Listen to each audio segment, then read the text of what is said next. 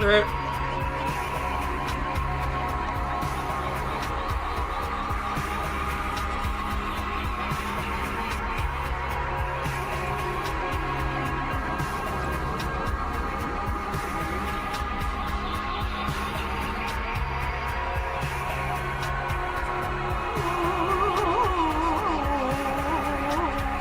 guys can hear my voice, okay?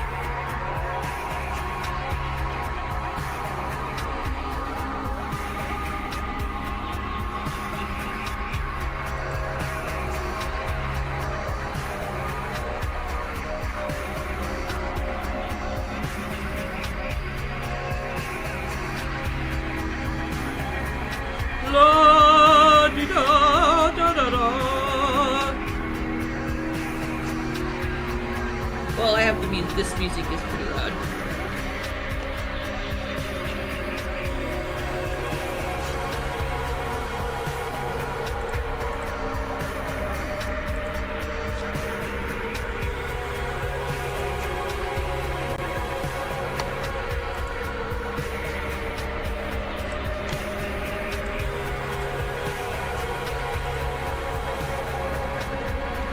No.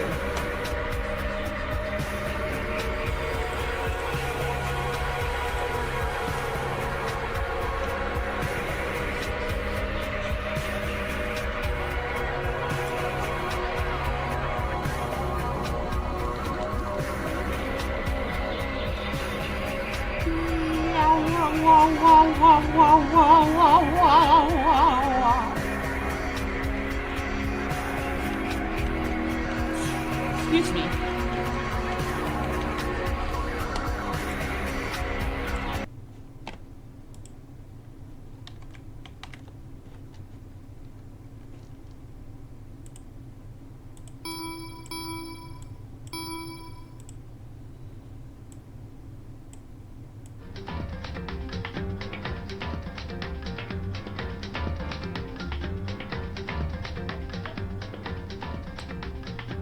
Okay, how's it sound now?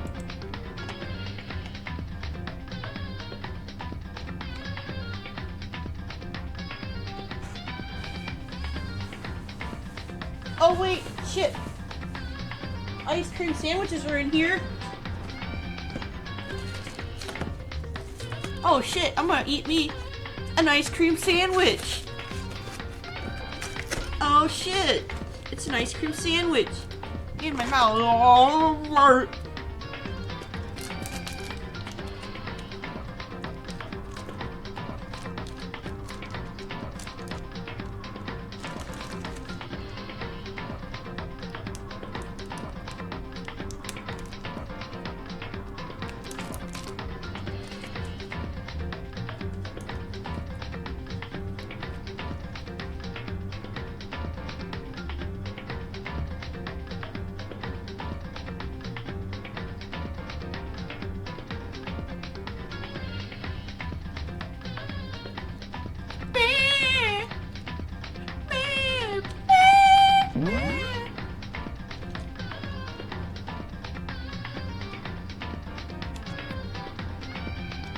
Alright, I'm gonna load it, and, I'm gonna eat my sandwich while we wait for people, and then probably, like, put the rest of these away, because it's a whole box, and I forgot I had it, and I can't eat 6 sandwiches. They'll melt.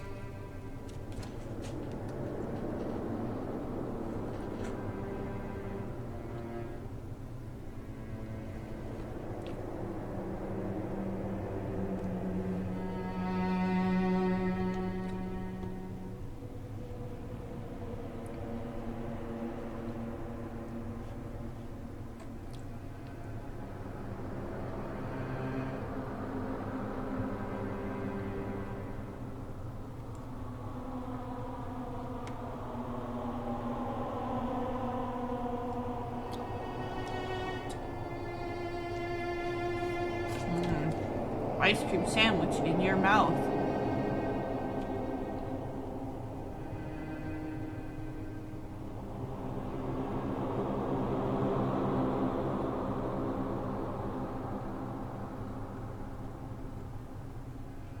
Hello, everyone!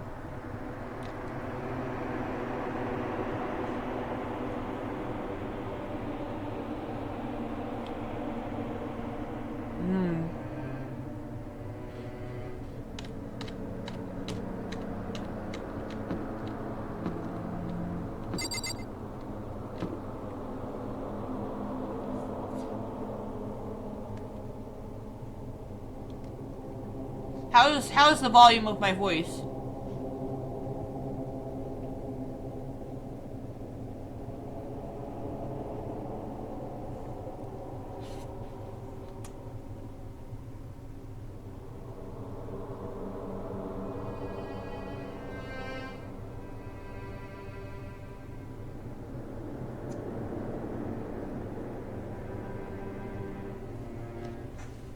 Appropriately loud.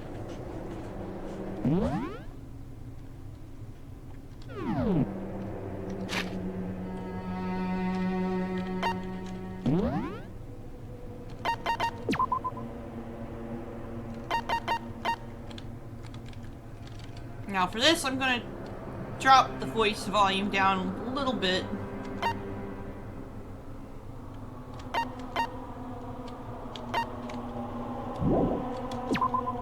Yes, it's safe. And I'm gonna leave you guys with this moody view of the red door. And I'm gonna be right back, because I gotta put this away.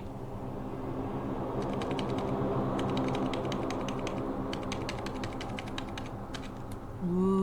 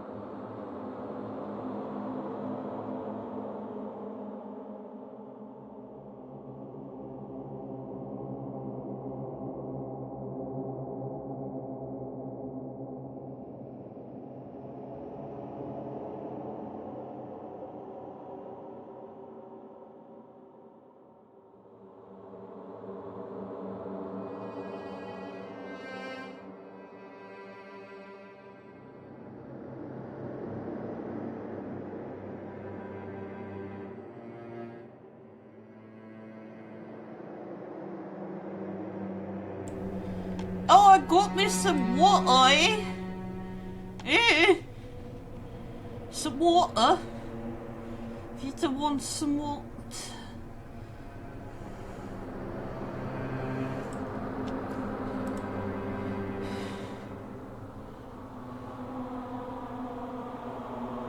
Oh, I'd like... Yeah, I'm looking at chat now. I would also like to play 999 sometime. Oh.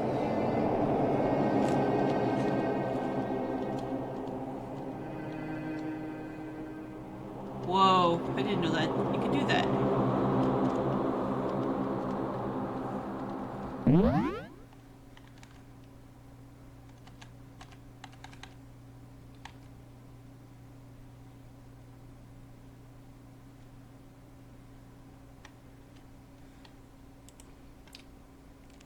Odds. You're so what? What's a water? It's a little water. Some water. Oh, I've got also some ginger ale. Alright, is everybody ready? Ready for some magical moments?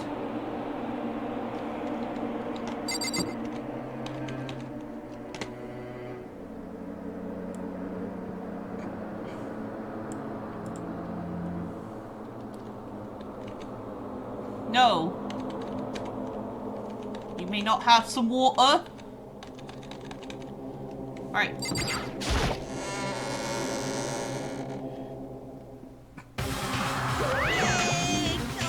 Ahem! So, is everyone ready to... What? Am I blind? Or are we missing someone? Oh. Yeah, Toko's not here. And Toko is... You really don't remember?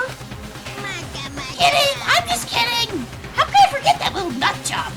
She's a crucial part of the crash trial this time. I'm the one who had dragged her out here, kicking and screaming! Just one moment, please. And just like he said, a few minutes later, he reappeared, dragging Toko behind him. No! I told him I didn't want to, but he forced me. I can't believe you dragged a girl around. Terrible! You're terrible! Phew! So now everyone's here, right? Okay then, hustle onto the elevator and let's just get this show on the road. See you guys down there. So, shall we get going? It's time to find out who killed Chihiro. Chihiro Fujisaki. She was so gentle, so calm and meek. Nobody had any problems with her. And someone made the choice to kill a girl like that. And that murderer is one of us. One of us. One of us. Someone standing right here. Oh shit, I talked to people. I will uncover the villain who performs such heinous acts on a weaker individual. You ready? We doing this? I don't know why the killer did what they did, but I'm sure it will work itself out. Justice always prevails, right, bro? Fucking Toko, man. What's got her so worked up? This is Isaki. I must admit, for being 3D, she was quite remarkable. Of course, just the idea of 3D makes me cringe. There is something odd about Toko's behavior. I do not think mere shock is enough to explain it. I give you plenty of to work with. Show us how far your logic can take. I guess that wasn't much help. Oh, this one.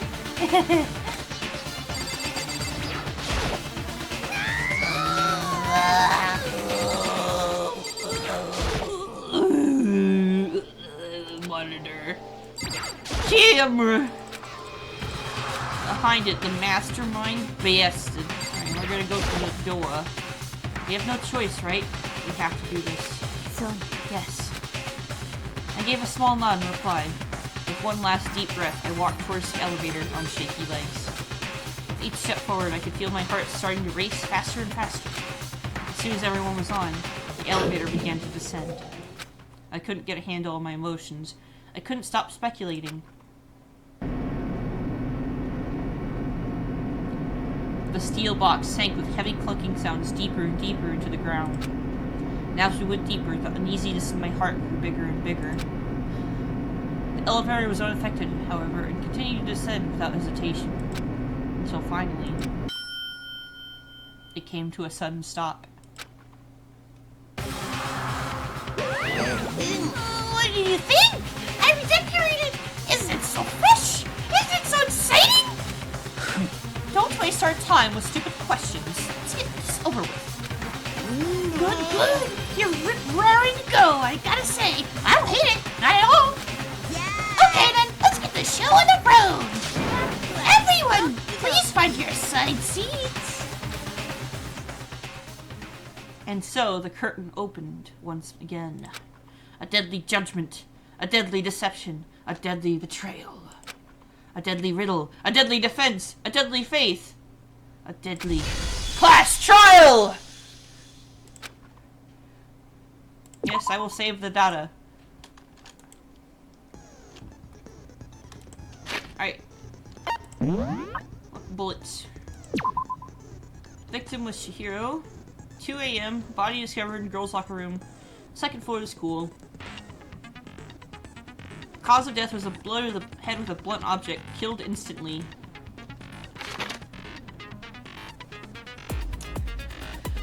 Although Chihiro wanted to get stronger, she declined several invitations from Sakura and Aoi. Meeting somebody in the locker room the night she was murdered. Killed with a dumbbell.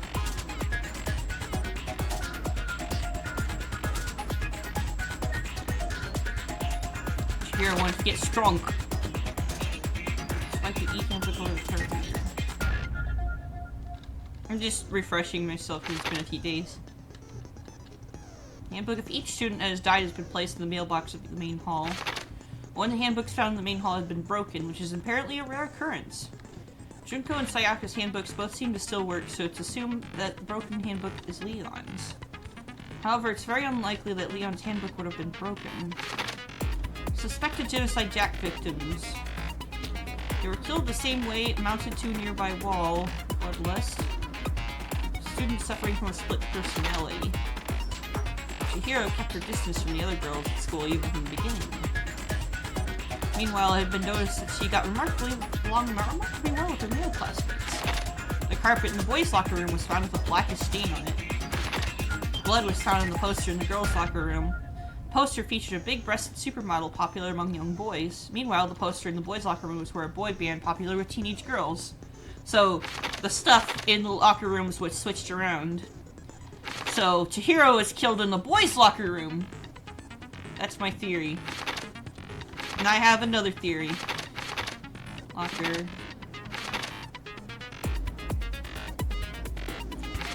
Byakuya is known to use this lamp often, however the extension cord had gone missing at some point and the lamp cord couldn't quite reach the outlet. On the night of the murder, right before nighttime, Chihiro was spotted leaving the warehouse. It seems she was stuffing some blue exercise clothes into a duffel bag. On her way to exercise, but the clothes were not found in the crime scene. Victim of Chihiro... Okay, this is all we got. Yes, let's look at our presents. No, we're gonna go. Alright. Let's see what these skills do.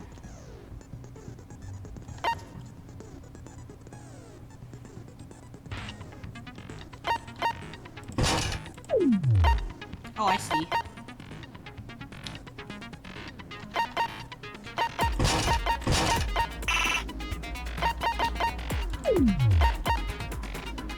Increases bullet capacity.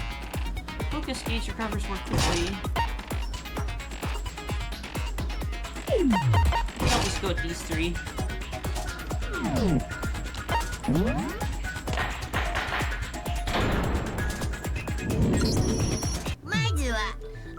Let's begin with a basic explanation of the class trial. So, your votes will determine the results. If you can't figure out who done it, then only they will receive punishment. But if you pick the wrong one, then I'll punish everyone besides the blackened. And the one that deceived everyone else will graduate. Okay then, so first off, let's talk about the murder weapon. Hang on. Okay, I can. I'm gonna turn down the voices a little bit more so I don't feel distracted when I'm trying to do them. Sorry. Let's talk about the murder weapon. First, we have to make clear that what was used to deliver the fatal blow was the dumbbell. Oh, make your argument. Locker room dumbbell. Hero's fatal injury. Oh shit. Here's it was a head wound. According to Monokuma file, the killer used the blunt instrument, but what kind of blunt instrument could it have been? And it was an iron pipe. No, it wasn't. Interesting. That certainly would make for a powerful weapon. What's your hero? Weapon had to be at the scene of the crime. There was something with a blood stain on it. Okay.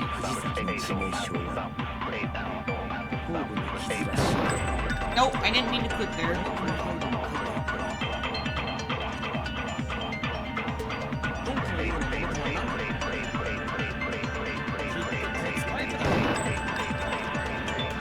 What the hell? Hang on.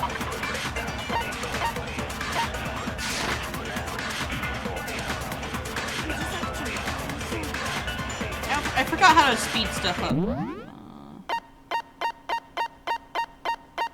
Control key.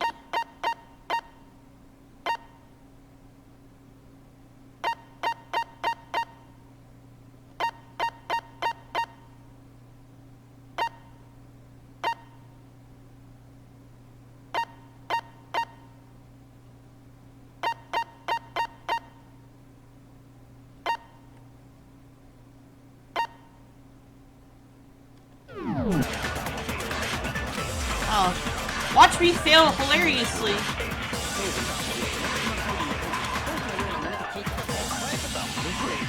Damn it! Too fast. I forgot what the focus gauge was too. Okay, it's the space bar.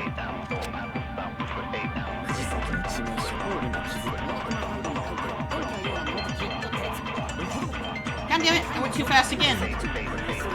Ugh.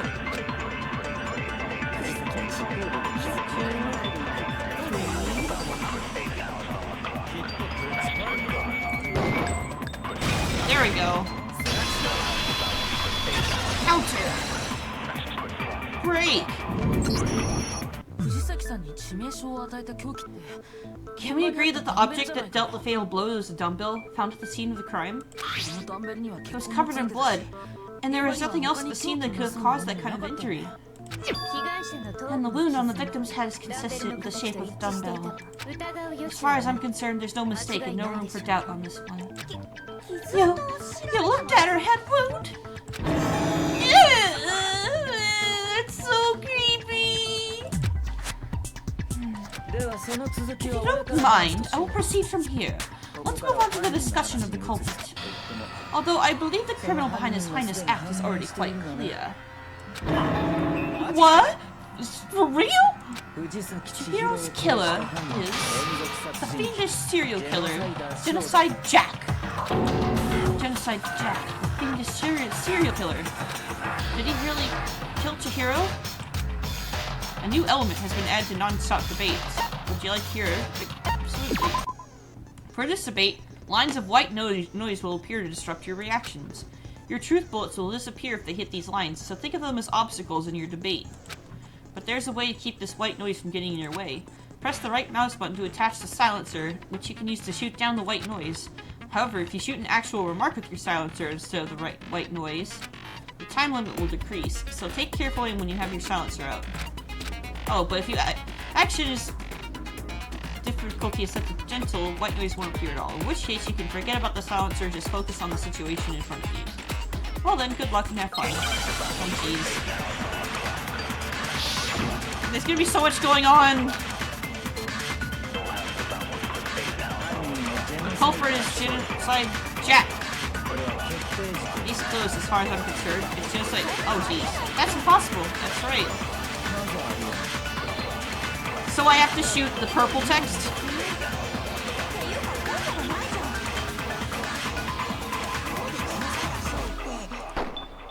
Okay, that's how it works. I don't know who that is! The thing Byakuya showed me in the archive, one look at that and anyone would be convinced. It shows that this was the work of Genocide Jack. Okay.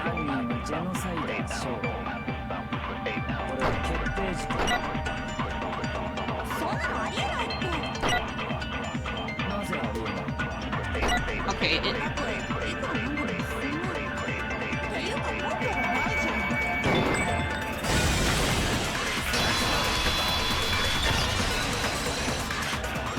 Great! I might know one reason he could be involved. Huh? I found this file while I was looking around the archive in the library. I guess it's some kind of confidential file the police put together about the Genocide Jack case. What? That's kind of weird as shit, isn't it? What was something like that doing in the library? The why of this is probably more trouble than it's worth, so let's forget about that for now. More importantly, it outlines all the specifics of every Genocide Jack case in exceeding detail. According to the file, there appear to be two defining characteristics for every Genocide Jack case. First is that a bloody message is found written at the scene of every murder. Oh, yeah, that's right! Booblust! No, it's actually bloodlust. But more important is that the other characteristic, and that it's something that never has been made public. Never made public? What the hell is it? Why don't you tell them, Makoto? The other characteristic of every Genocide Jack case, which the world at large doesn't know. If I'm not mistaken, it has to do with the positioning of the body. How the victim was positioned.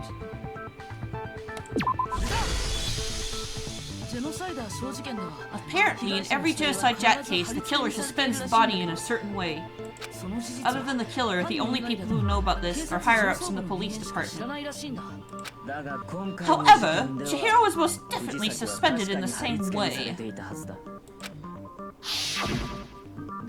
So, how did the culprit know about this, when only high-level police officials were aware of it? There's only one logical accident I can think of. Blech. It's because the culprit in this case is the real Genocide Jack. No fucking way! You're saying Genocide Jack is one of us? Yes, in fact, it's Toko. Genocide Jack's true identity is Toko Kagawa. You lie! What?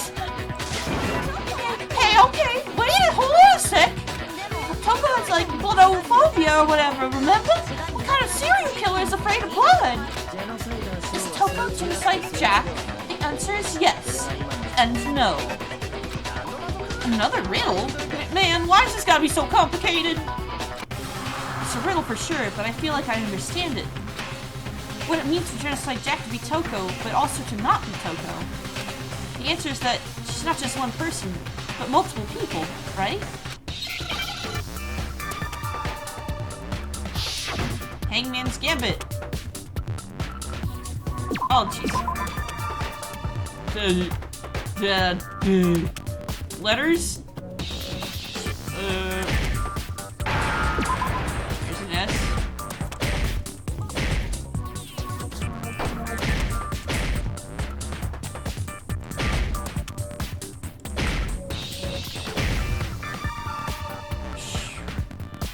Okay, what would we go there? No? No?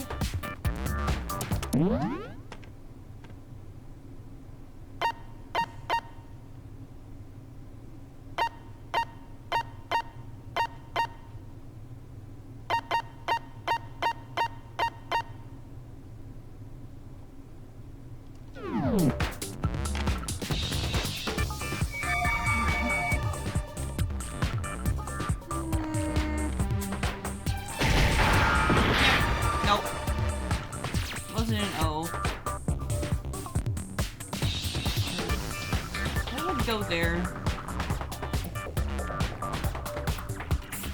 No, it's not rotting.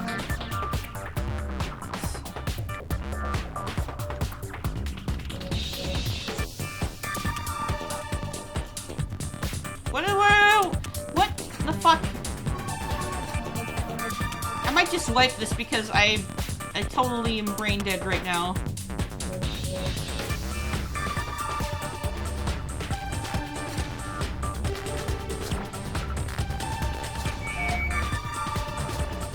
Like, what? It feels like there's a valve that can go there.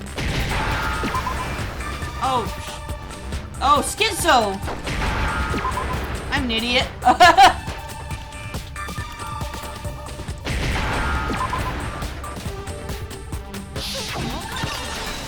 And yeah, it is the wrong term. Is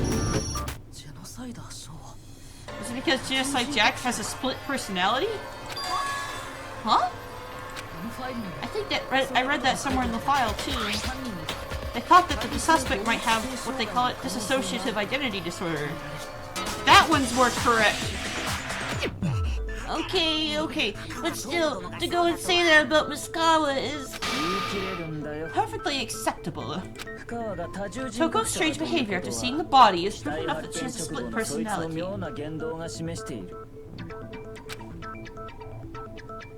The one thing that shows that Toko can have a split personality has to do with her behavior. Her behavior changed.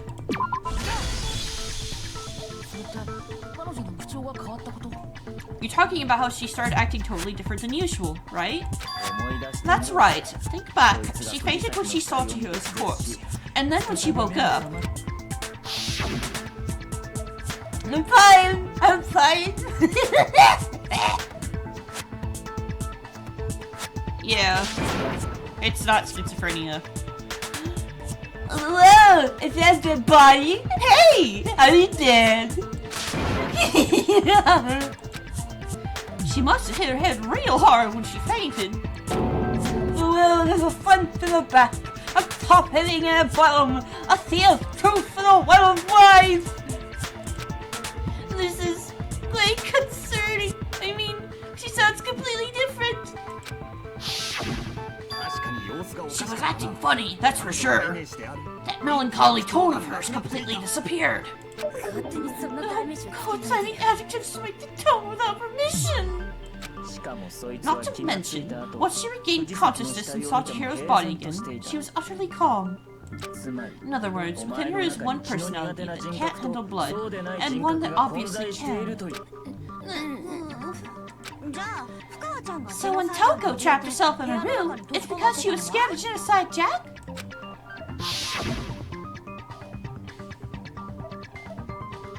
I won't let Genocide Jack out of control! I'll have to drive out the killer! Drive out murderous fiend! The reason she locked herself in her room wasn't to keep other people from getting in. It was to keep her other personality from getting out. What? Toko was afraid of the murderous fiend inside of her, killing even more people. How? Yeah! How can you know all this? I do believe you misunderstood her. What she's trying to say is, how can you know all this? No, what she wants to know is, how could you tell them? Huh? Last night, before Monokuma gave his motive speech, Toko and I had a strange conversation. Ooh. She told me a most interesting story. She said a murderous fiend lived within her, and she was afraid it could appear and attack any time. And that trepidation is what caused her to have such a bleak attitude. Isn't that right, Toko?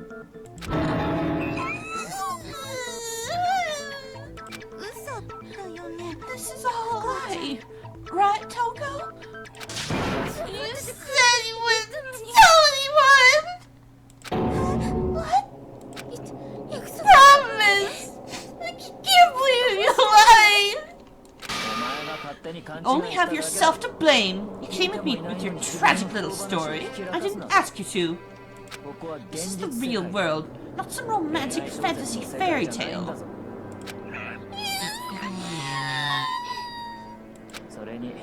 Besides, you broke your promise first. You said that as long as you were here, no matter what, you wouldn't let Genocide Jack kill anyone. But in spite of that promise...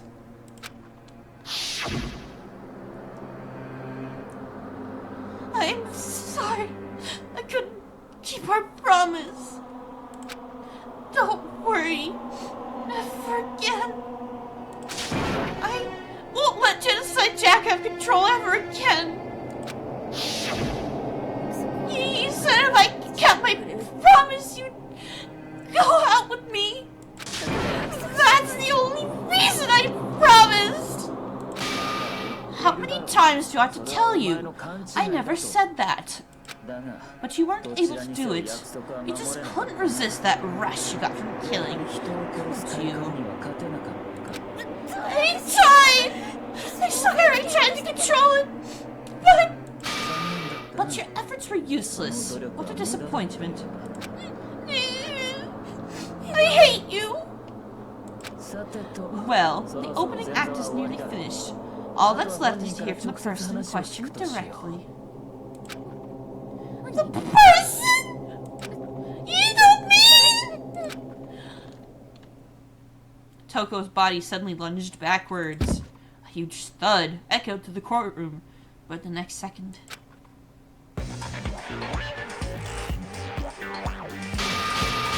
Oh boy! Hello there! The me you'll help if he... What the heck? Thought you figured it out, huh? Well, you're gonna do. As the ultimate murder thief, Genocide Jack. But yes, let's go with Genocide Jill. What the fuck is this? Toko, what happened to you? Not Toko! That's a loser name! And what happened is a split personality! So if one of them happens to be a serial killer, you should turn a blind eye to one's faults. She's so tense! Zoinks! Scooby-Doo! Like they say, found in murderous mind, found in murderous body! I'm going to do the tongue. I promised I would do the tongue. Kinda. This one is so different from the one we've come to know. Yes, well, the world is composed of a front and a back, you know. Just like how every earring at the top and the bottom, or how the depth of every truth lives in its life.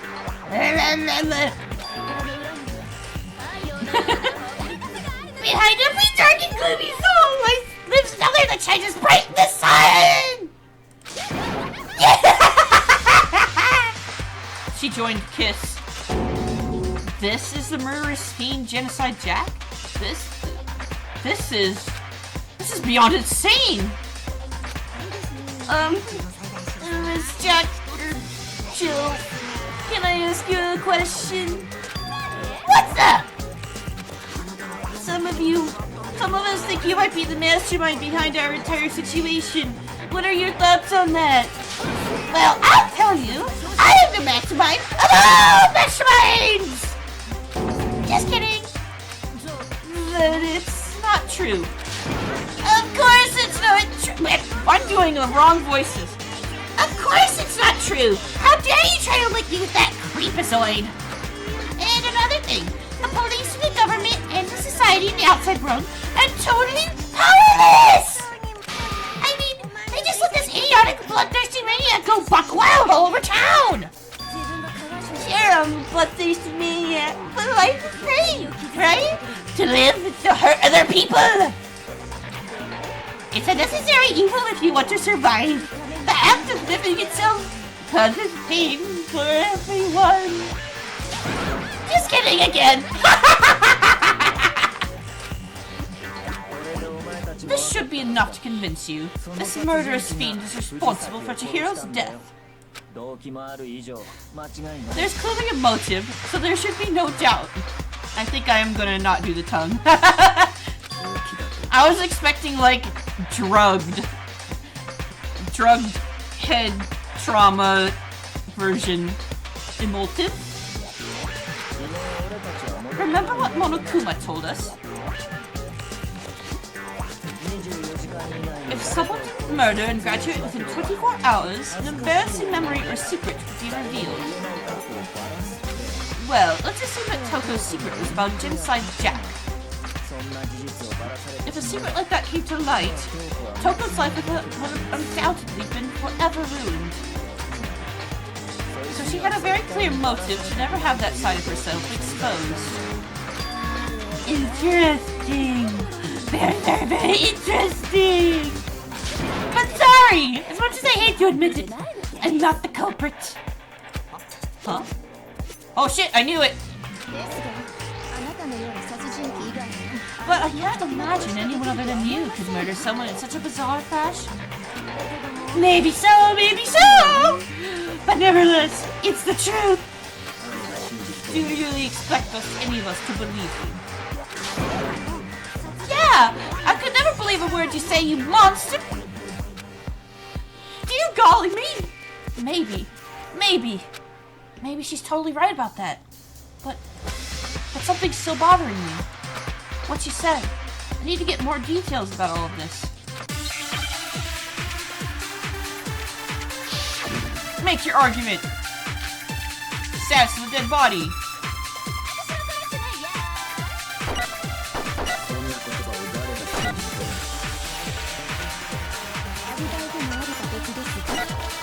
Their alibi would change things. Alibi, huh? Now we're talking! When you compare your past murders to this incident, the modus operandi matches. What more proof do we need?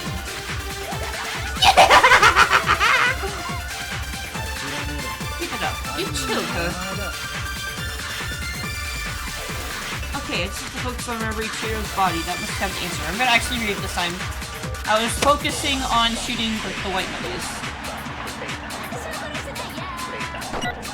Sorry, but I didn't kill anyone. You say that, but do you really expect any of us to believe it? Perhaps it's an alibi. What changed things? Oh, an alibi, huh? Now we're talking! Past versus instant, modus operandi. Okay, I need to figure out...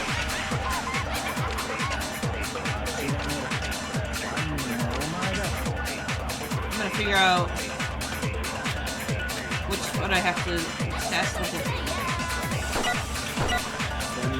Say that she expects us to believe it.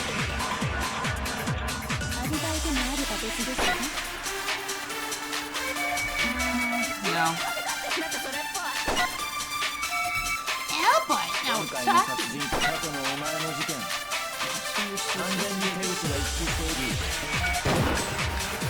No! What? I missed! Shit!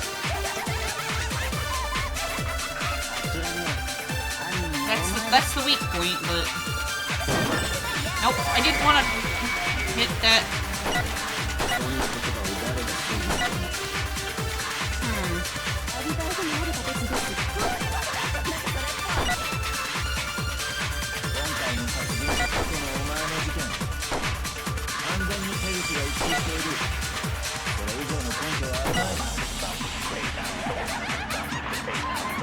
Keep missing it.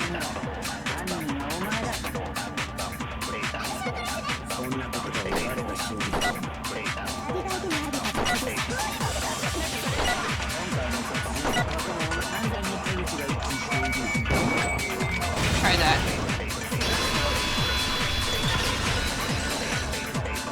Great. Okay, let's see if this works.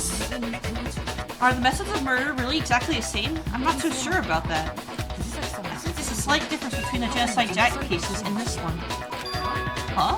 How is it any different? You don't know? Well then, human garbage! Let me tell ya!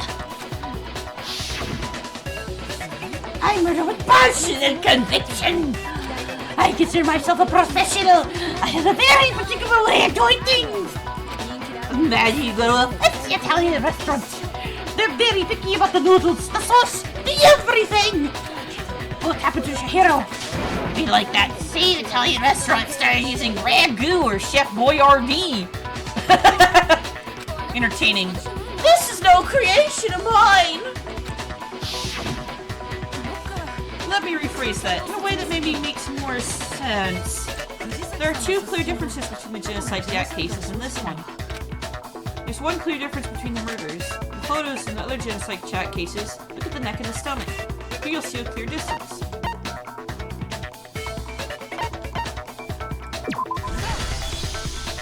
Pretty sure it's the fatal industry, just scissors.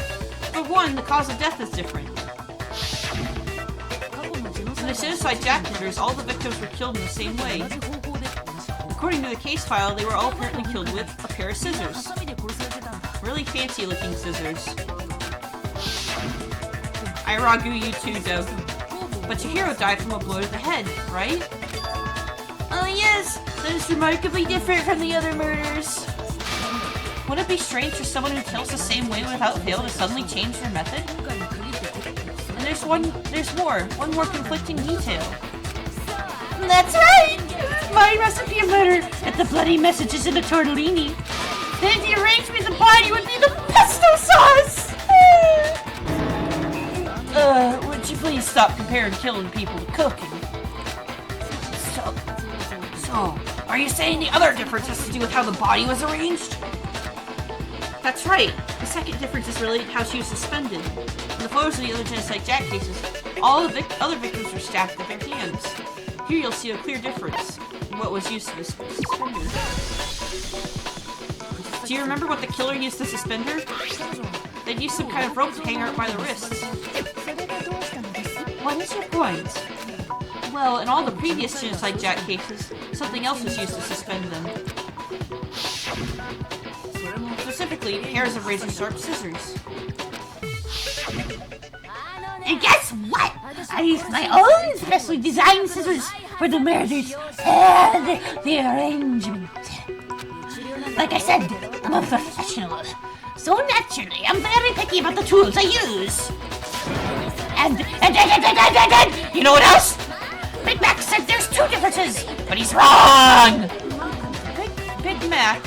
Are you referring to me? I am not a hamburger. Listen up, Big Mac! There's actually one more difference! Huh? My word! You really didn't know this.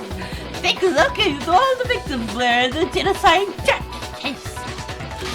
There's a pattern there just waiting to be discovered. A pattern? Figure that out, and it'll be plain as death why I couldn't have possibly killed that little lonely girl. Let's see. There's a pattern surrounding genocide Jack victims, and Chihiro didn't fit it. If you look at the names of every victim, what you'll notice is... I think I figured it out. Oh, she couldn't have killed Chihiro.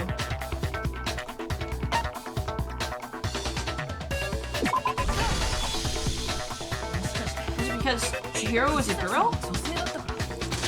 Bingo! Bullseye! Right on the money! What are you talking about? In all the genocide Jack cases, all the victims had something in common. Ken Harada, Tetsuhiro Honda, Sojigaku, Kano Issei, Takashi Yoshida, Komatsuna Taro, Takafumi Gono, Uchida Naohia, Takashi Masamue, Yuto Yumejima. There was no end to it. They were all guys? That's right! The people I killed with past in fiction are all adorable little men. I can't believe it! I said it! I'm so embarrassed! What the hell is wrong with you? I can't help it! I'm just a full throttle for boy-on-boy figure! And the Moby side of me just hates it! But now the path track's becoming a full-fledged fan. So since Chihiro was a girl and not an adorable little man, you wouldn't kill her? When Italians just suddenly start making ramen, just because they're both noodles, don't be stupid! I have too much passion because it's to cross that line. That's absolutely The absolute reality of the one and only. This is hard. This is really hard. We get it. You clearly explained your hobby and your philosophy, but that's not all there is to it. It's a different matter entirely when you're forced to kill in order to survive. Quiet, lonely cur! Lonely cur? I would never kill for a reason as petty as mere survival.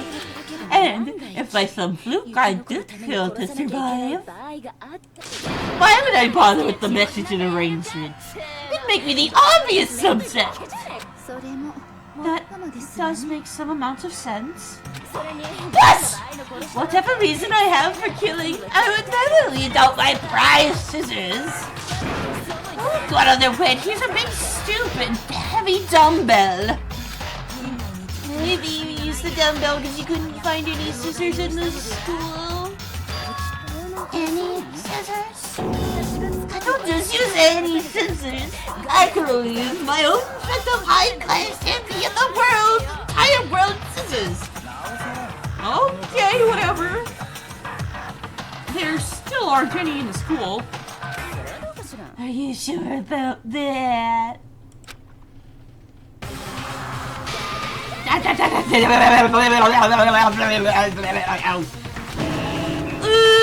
She's fully equipped! That's right! I could go anywhere, anytime. Why would I resort to dumbbells or rope when I have my trusty scissors by my side? Go ahead, tell me I'm wrong. You can't, can you? Get your dogs, all of you! I think I know the voice I want to do for now. Not to mention I have no clue how to tie a good knot. Rope's totally out of the question anyway. I have no idea what's going on anymore.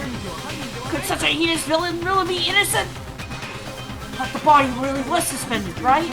And nobody but the police knew about that. Wrong.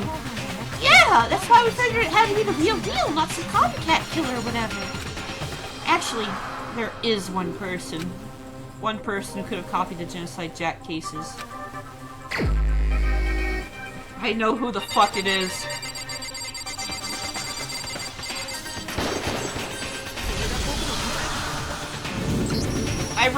I read this case like a goddamn book. Byakuya, it's possible you could have found out, isn't it?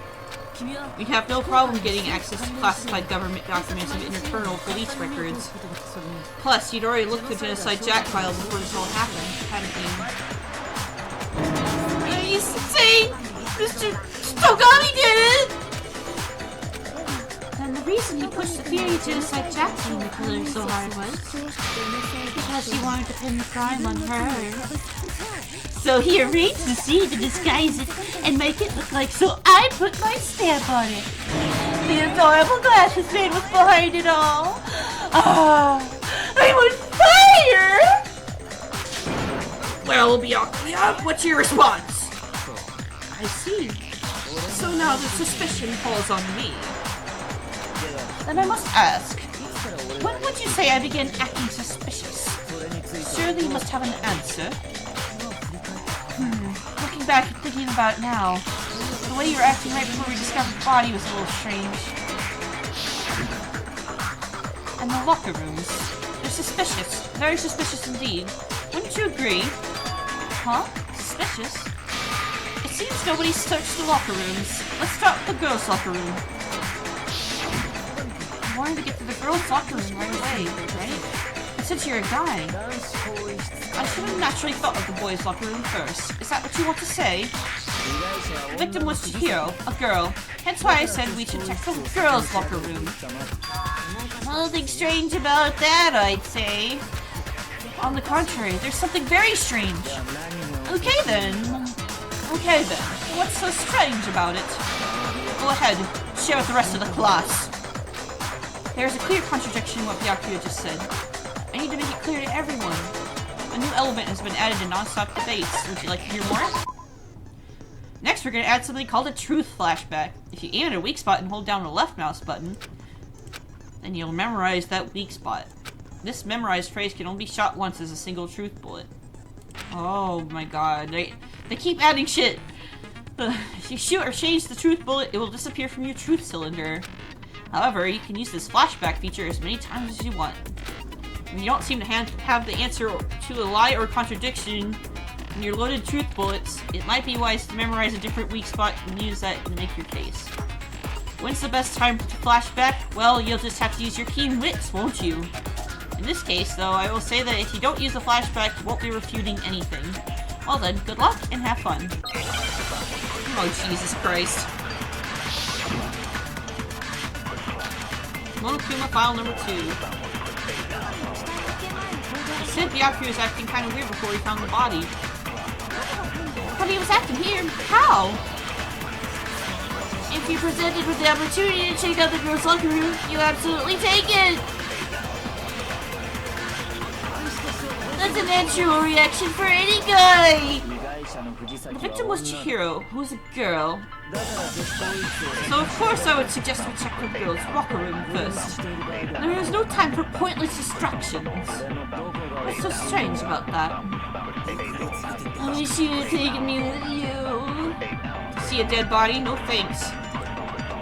Hearing Byakuya's comment about Chihiro being a girl, there's a contradiction here. And... no! Before we found the body... Alright, I'm gonna speed it up a little bit.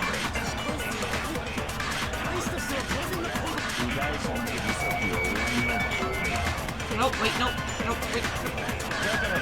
Damn it! I used too much focus.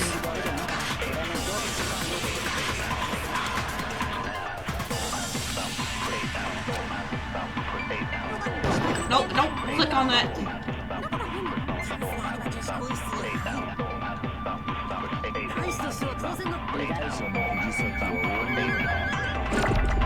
Victim was Chihiro.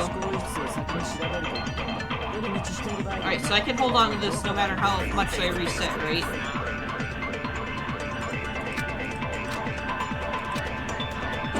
Okay, I can. Is that alright, or...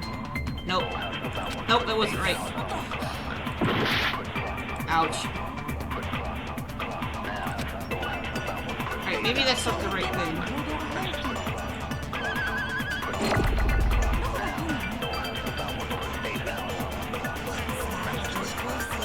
Or maybe I don't use it here? I don't know.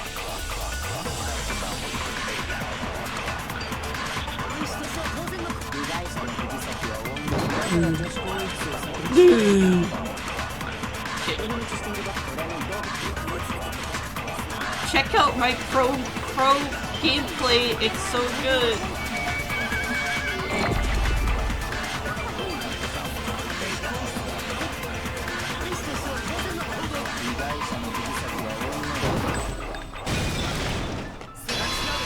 Oh, that works.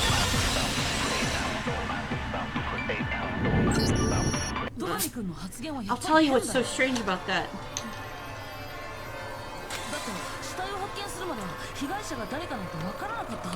Because up until we discovered the body, we couldn't have known who the victim was. So you claim that you went to the girl's locker room first because Chihiro was the victim doesn't hold up. I see. That's a good answer, I must admit.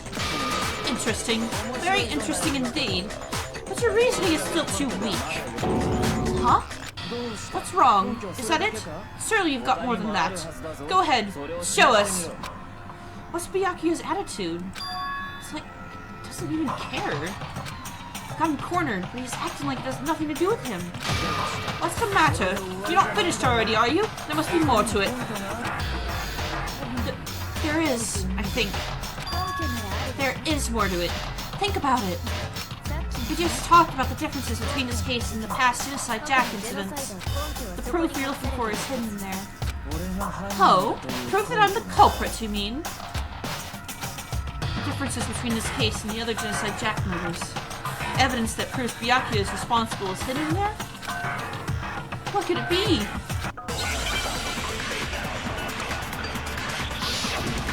Make your argument. Library desk lamp. What? The difference between cases? You want me to explain it again? When I want to kill, I use my very own special scissors! And I use the same scissors to arrange the body. But the girl was suspended with... It was some kind of rope, was it not? That's right, it absolutely was! And there must be something very fishy indeed about that rope. Hey, Byakuya, where'd you get it from, huh? I've never seen that rope before in my life. Lie! Lie! Lie!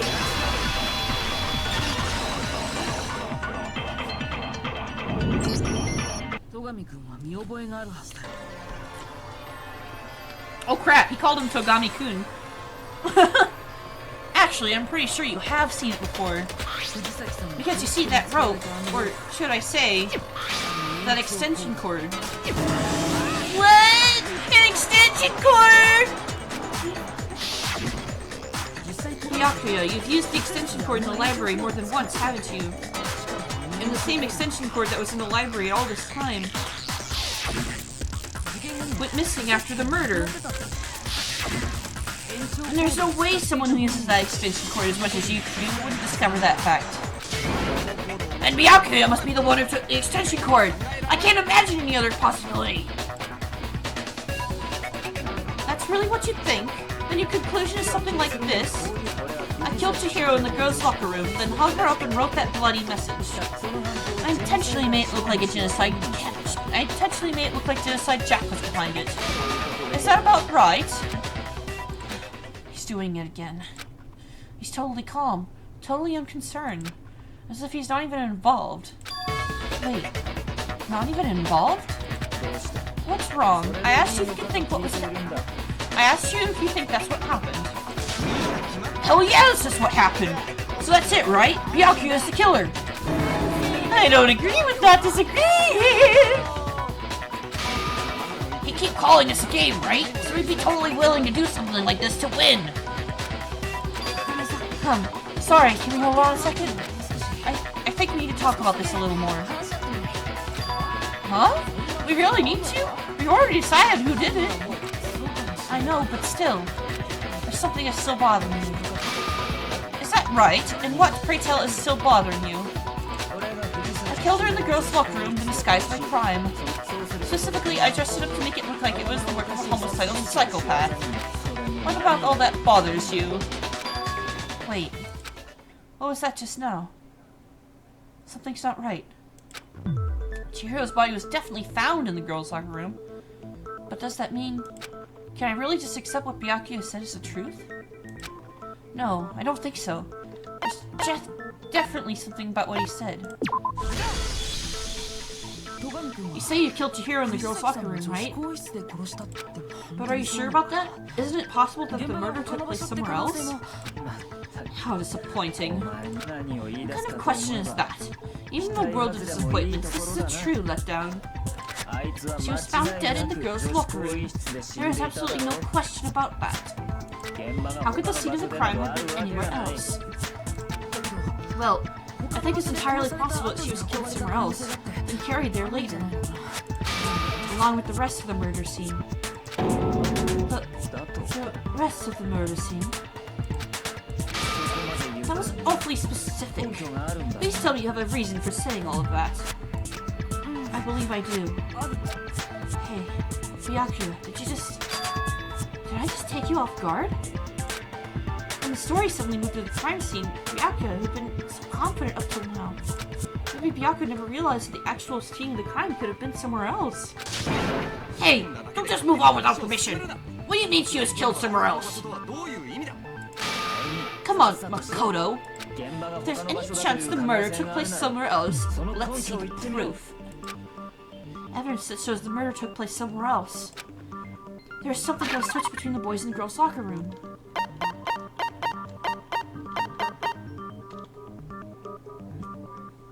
Definitely these two, but I think that this one is the more obvious one.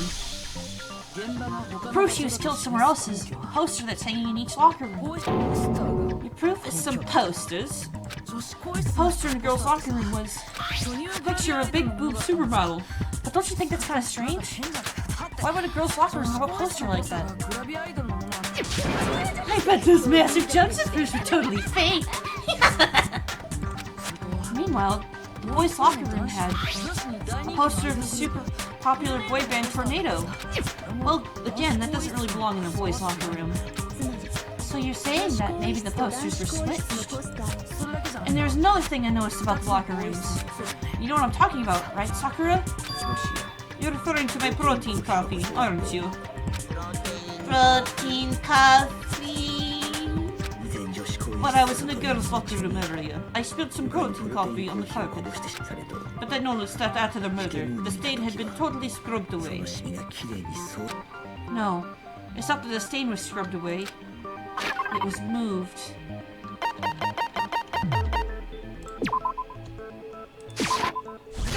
Got it. The stain on the girls' locker room carpet wasn't scrubbed away. In fact, I found it on the boys' locker room carpet. That's definitely the stain from my protein coffee. Then does that mean the carpets were switched too? Why would anyone do that? To move the murder scene from one locker room to the other. It's certainly plausible, don't you think?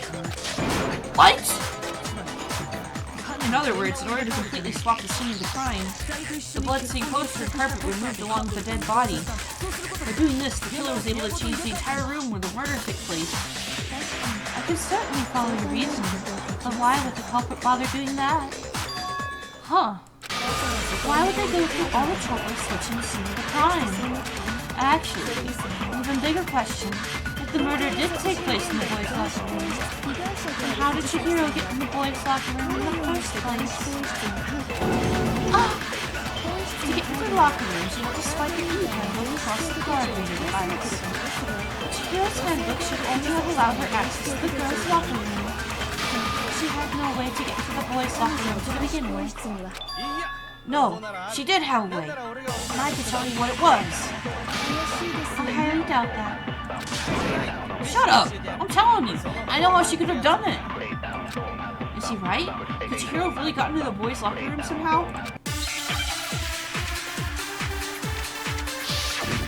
Make your argument. Broken e-handbook. Is it really possible? Could Chihiro really have gotten into the boys' locker room somehow? Ah, I've got it! She must have backed her e-handbook. She was the ultimate programmer, after all. I'm sure that would have been no problem for her. No, I don't think that's it. She used the thing that was in the main hall. What thing? I'm talking about Leon's handbook, of course. If she had that, she'd get in the boys' locker room, no problem. Okay, I know what to click on now. It's broken, so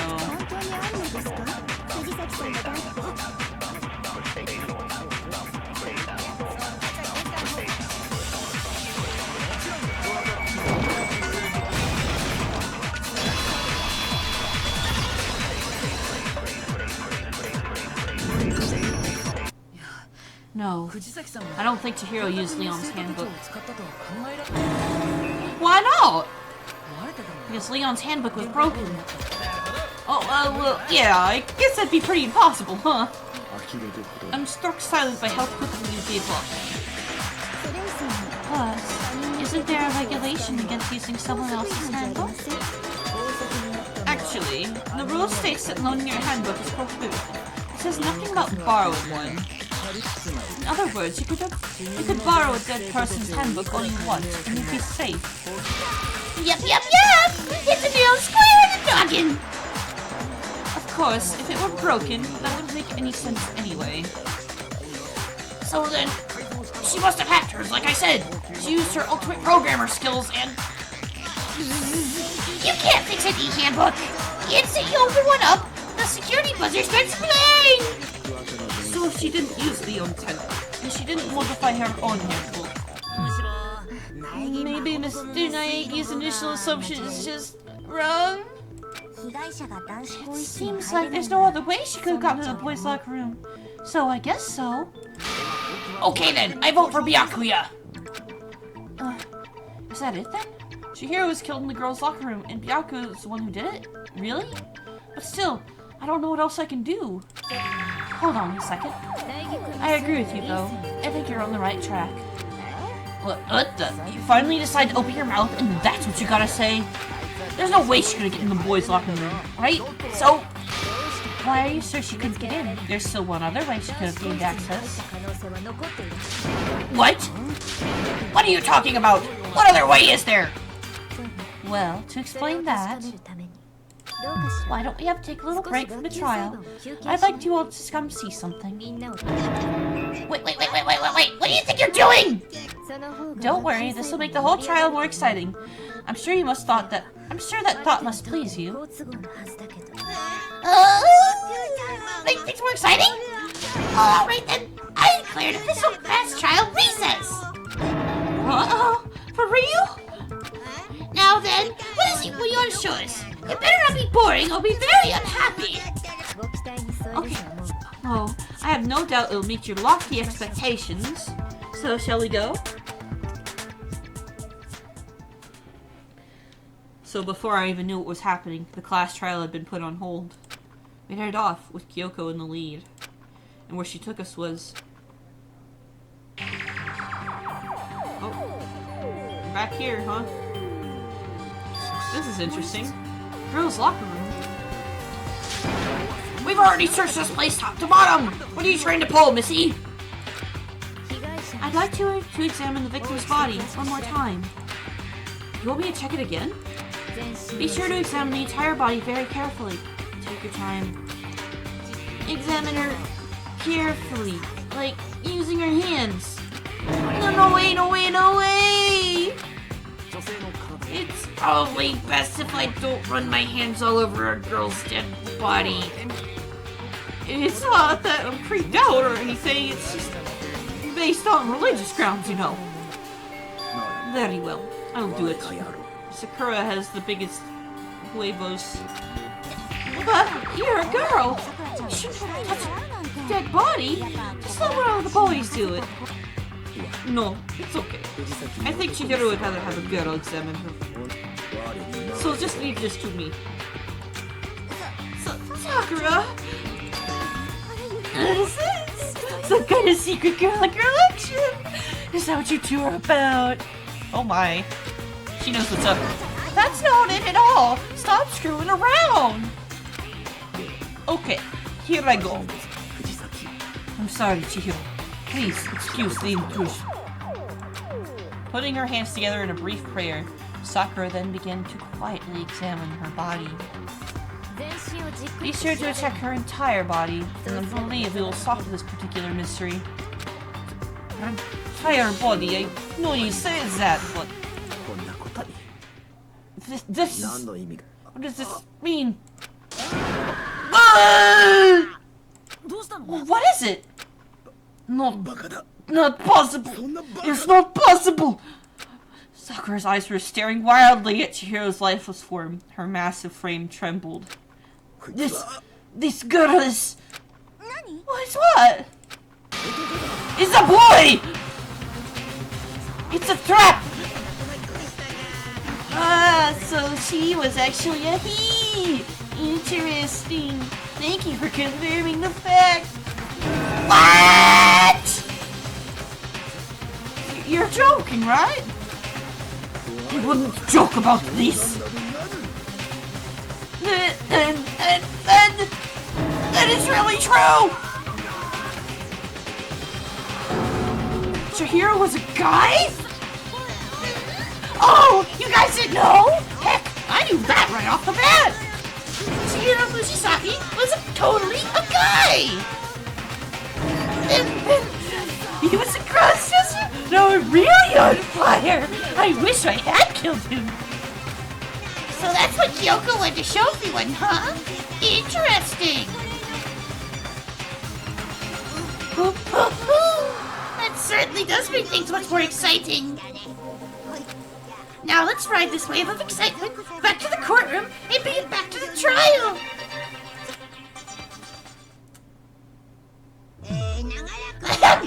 I do apologize for keeping you waiting.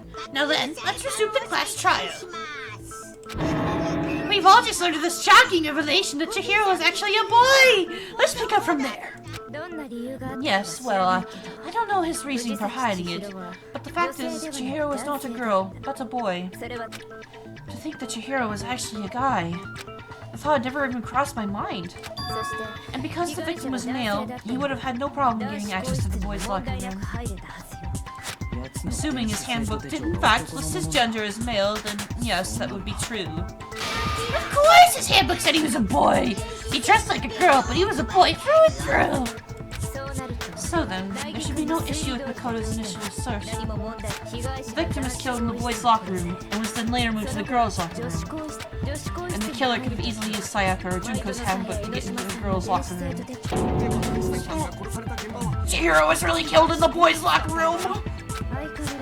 I still don't understand the motive for moving the body, but yes, that does seem plausible. Well, I must admit it, I find it rather odd. Not much. I knew he felt a little off. There was a certain incongruity to his female body. This is a most titillating situation! So, not everything has been connected. All the mysteries have finally become clear. Okay, oh, well, connected or clear or whatever, we still think that you're the killer, remember? Very interesting.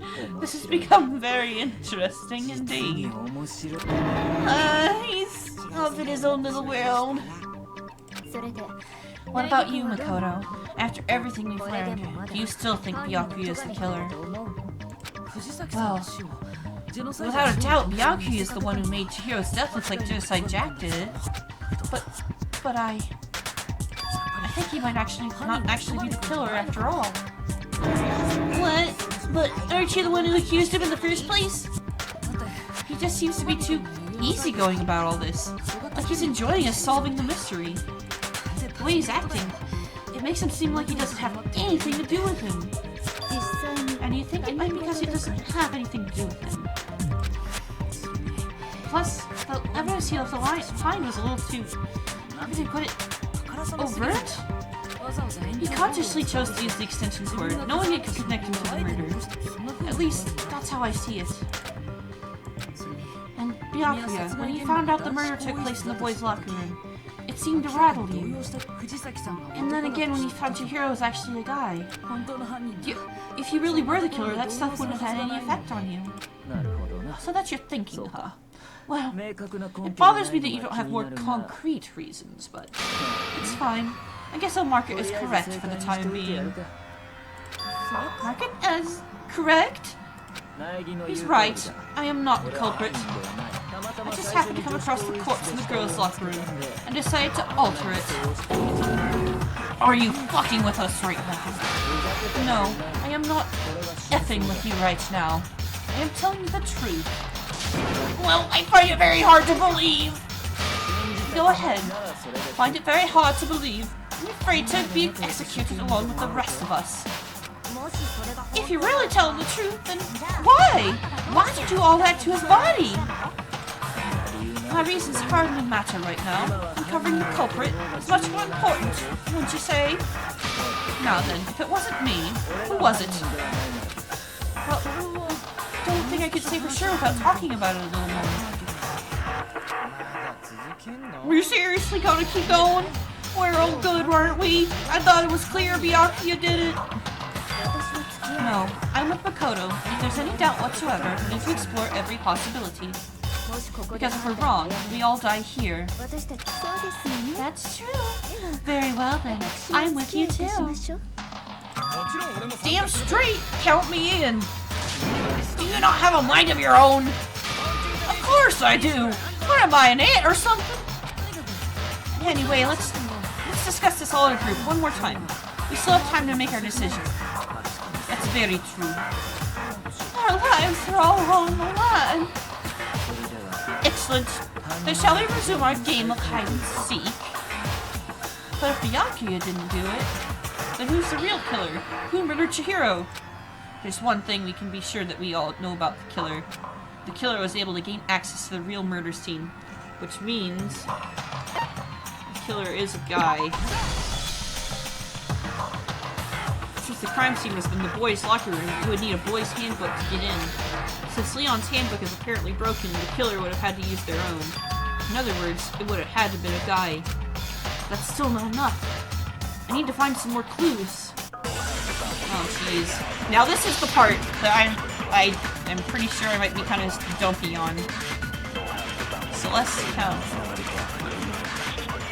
Seems really familiar. Isn't there a single clue that might lead us to who did it? Well, clues are one thing, but... Did nobody get a look at the killer? Yes, sir. Someone saw a killer. They would have said something by now. Perhaps someone saw the victim at some point, even though that might be in Moscow now. Yeah! We need right now is any kind of info. It's over. It's all over. You wanna know who saw the victim? The killer. Probably the killer. And it's not like they're just gonna turn themselves in. Game over, man. Game over. Yeah! No! Not game over! Isn't Iron a kind of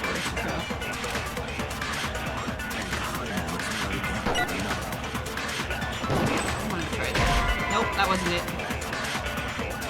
Maybe you will have some idea, but I don't understand at all. Yeah, that was the wrong one. Oh well, I got 4 hit points left.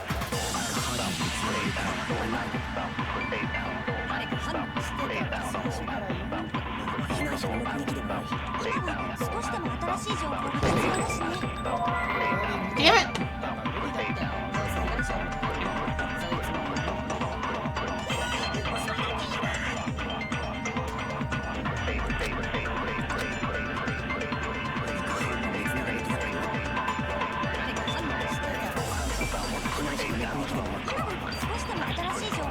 Nope, I did it wrong again. Wrong button.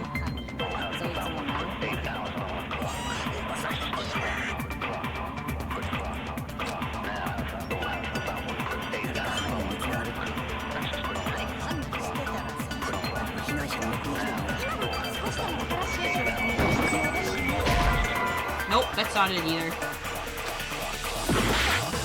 Okay, it's the other one.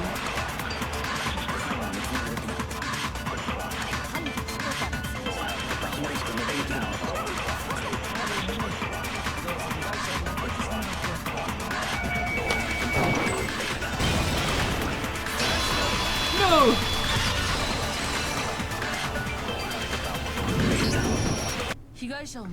I believe someone else did see the victim before he was murdered. What do you think, Celeste? Now that you mention it, yes, I did see him. Really? Oh, but I suppose only Makoto knows about this. The rest of you had no idea, did you? That is why you're making such ugly noises. Whatever, just hurry up and tell us! It was last night, right before nighttime. I slept with her in the dormitory warehouse. I saw him stuffing a track jacket into the duffel bag. And then, I assumed he had put it off to exercise. A track jacket in a duffel bag? But we didn't find anything like that at a murder scene. It seems that likely the culprit destroyed them to get rid of any evidence. And that is when he said something that struck me as rather odd.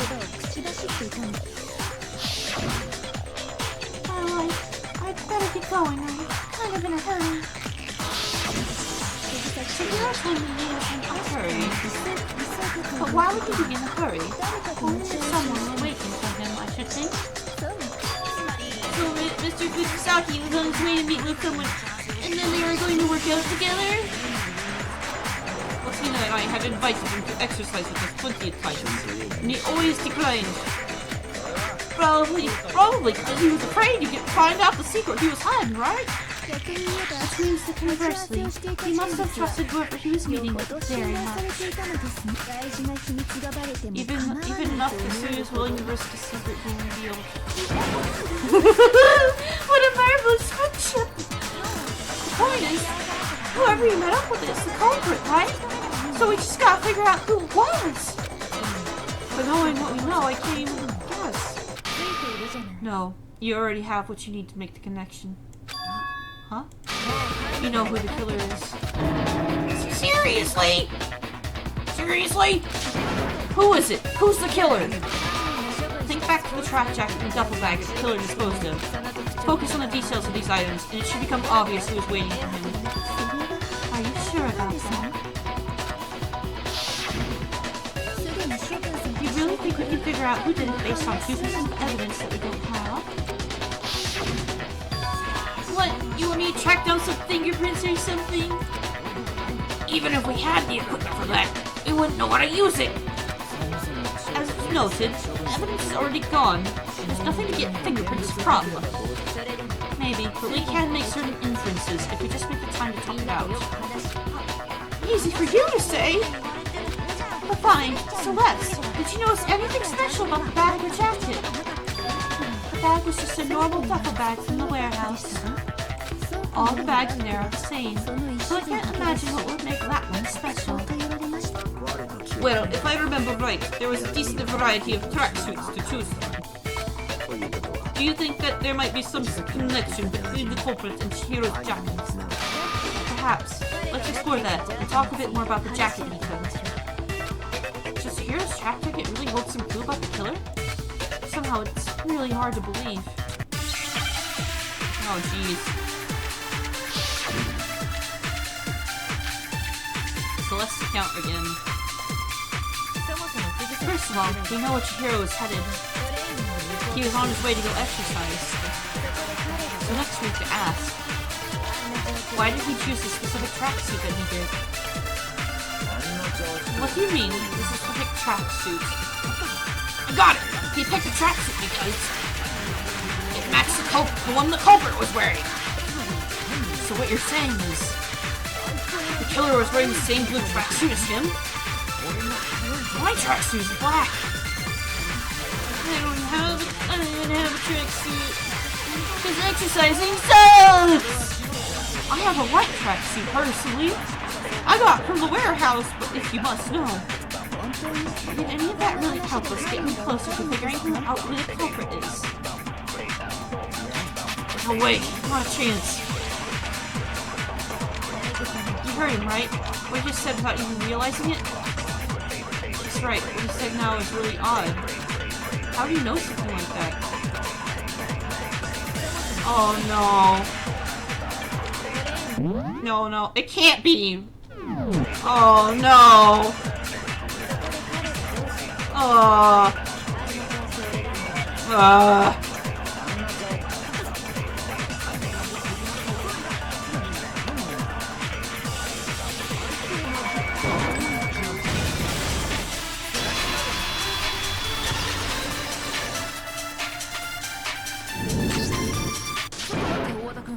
Hold on a second, Mondo. What did you just say? Huh? What'd I say? When Celeste testified a few minutes ago, she said... saw him stuffing a track jacket into... Oh no, it can't be! I saw him stuffing a track jacket into a duffel bag.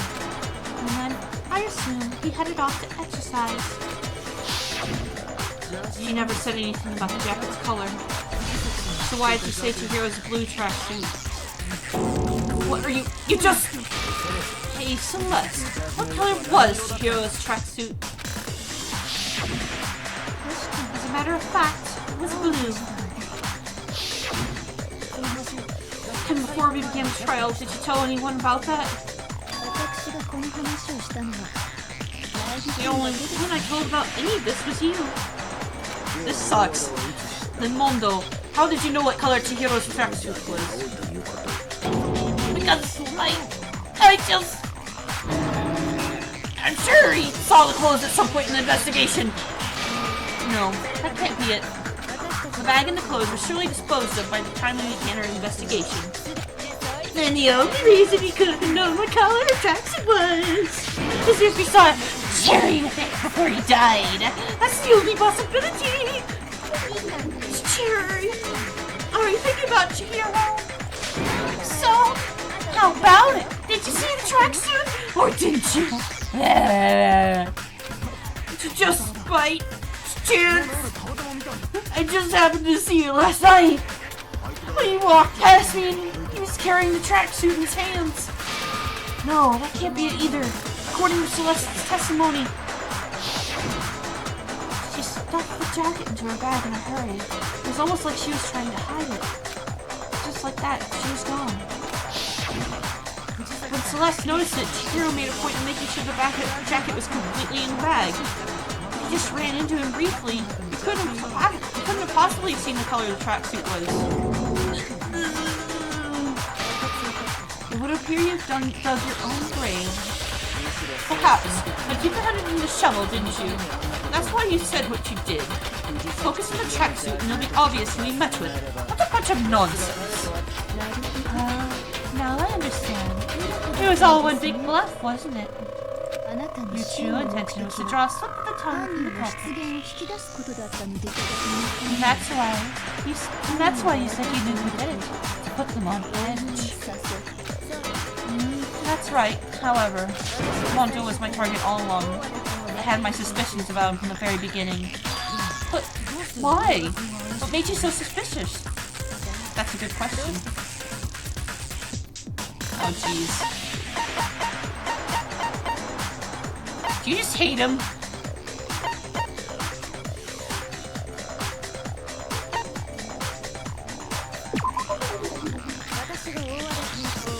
You didn't notice it, Mondo. You tend to refer to men and women differently. You only call guys dude. For girls, it's chick. After he was killed, you have to refer to him as dude. Oh wait, yeah, I forgot about that shit. Once I picked up on that, it occurred to me that Mondo knew something he didn't. You noticed such a tiny detail? Are you a witch? She's a witch! You're positively frightful! No, I'm not the frightful one. Not clearly as frightful as someone capable of murdering a friend. Mondo, it was really you? Did you really kill Chihiro?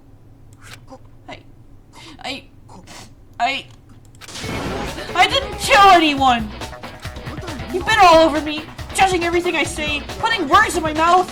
What gives you the right to treat me like a goddamn criminal? Yeah, you would never do something like that. This is a false accusation. It's true. My reasoning on that is pretty shaky. That was fast.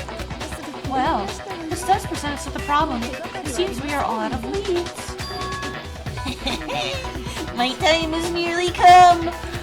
That's what my little ghost friend is telling me. Oh yeah, that reminds me. Hifumi, weren't you telling me you found some evidence? Really? What kind of evidence? Actually, you know, now that I'm thinking about it here calmly, it might not be all that relevant. Jeez, coffers, just get up and walk away. It's fine, man. Just tell us. If you really insist, then... here it is. Huh? What do you have there? It happens to be the handbook. I found it laying on the ground, so I scooped it up. You found it on the ground, right? Then it must belong to... it's either Mondo or Chihiro's.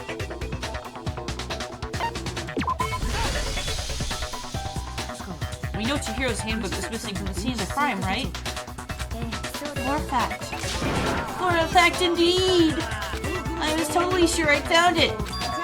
Then it must have hold some clue about the culprit, right? Well, that's what I was hoping. But it's busted. It won't even turn on. I imagine the culprit broke it to get rid of any evidence after the murder. That's odd. I didn't think the handbooks were quite so fragile. You're right, they're not! They're totally waterproof and shock resistant. Oh shit, it can't be broken.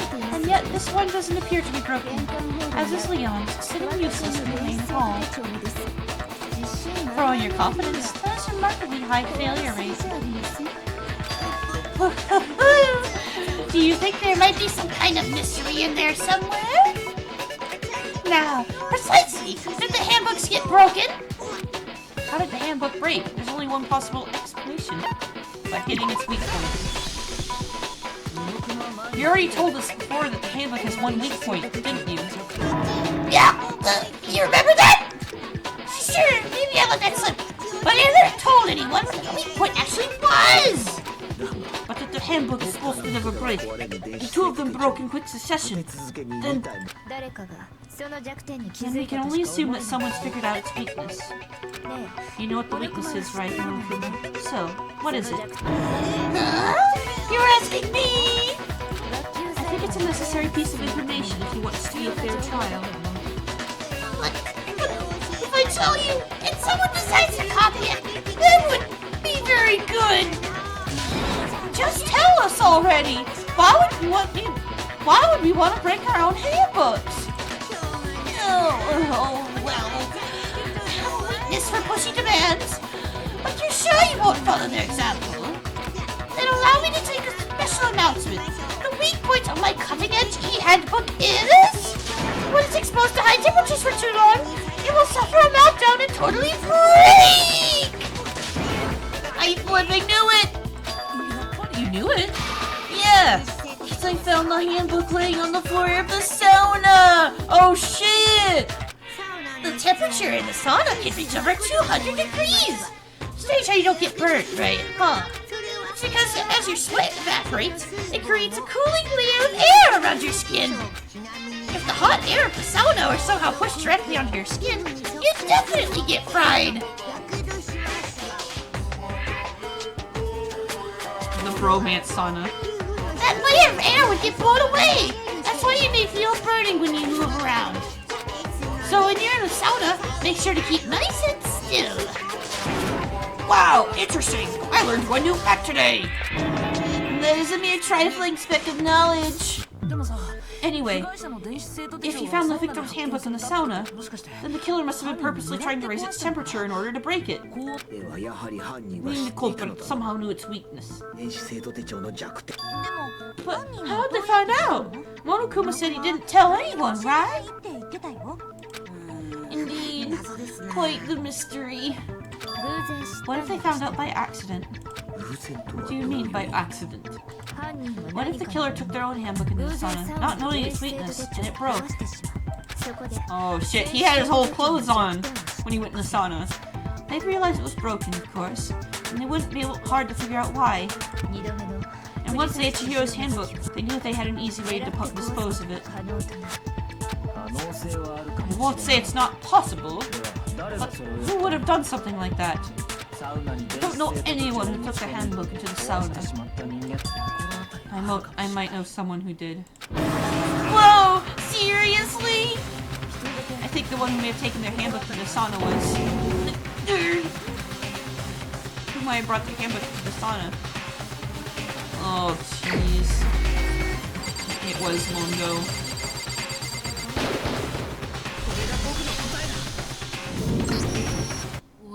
Mondo, your handbook got broken in the sauna, didn't it? What? Why? Why do you keep using him? Mondo and Taka had endurance contests in the sauna not too long ago, remember? And for the contest, Mondo just happened to keep his school uniform on. But little did he realize he'd also left his handbook in one of the uniform pockets. And when it was all over, Mondo discovered that taking your handbook into the sauna could easily destroy it. No, wait, hold on! You've got it all wrong! You would never kill... I don't accept this! Show me the proof! The actual, solid proof! I mean, I don't want to believe it either, but I found something that proves it beyond a shadow of a doubt. My feelings are hurt. Oh, gee, I have a blow. Broken handbook. Here's handbook from a card reader. Let's test Makoto's assertion. If he only says it's correct, then Mondo, you broke your own handbook. Nope, I didn't want. In other words, if Mondo's handbook is actually broken, well, that proves that what Makoto said is right. My goddamn handbook works just fine. See? Look! Makoto was wrong after all! Mondo wouldn't hurt a fly! Okay.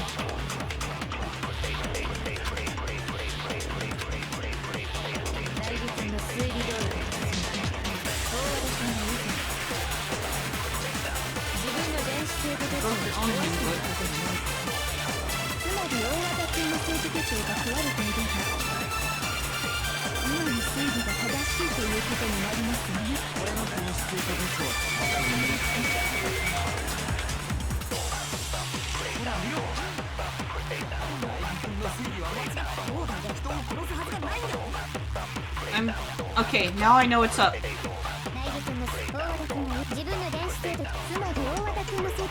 Enjoy the chipmunk voices.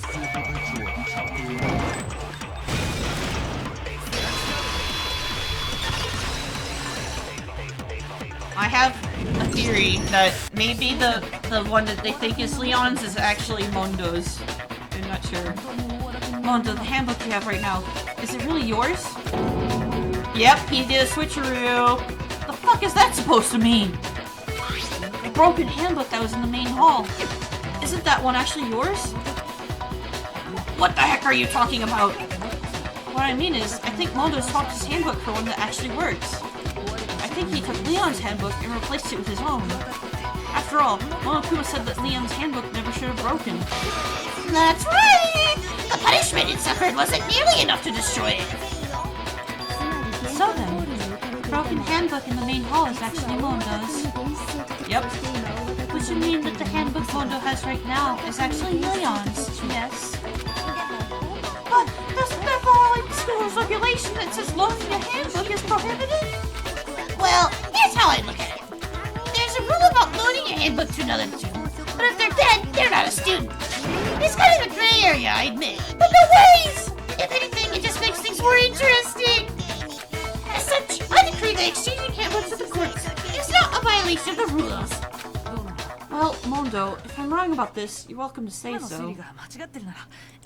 I'm happy to admit I made a mistake, but... Son of a bitch! What's wrong, bro? Come on! Tell him he's wrong!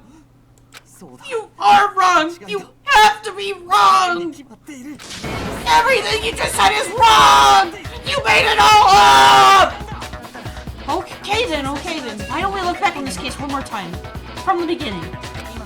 That way, everything will become clear, and we'll all see if I was right or wrong.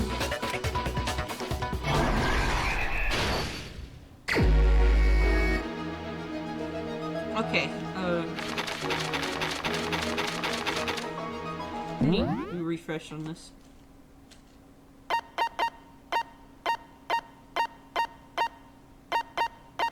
Left mouse button, pick up truth panel, holding on to it, use the mouse. Okay.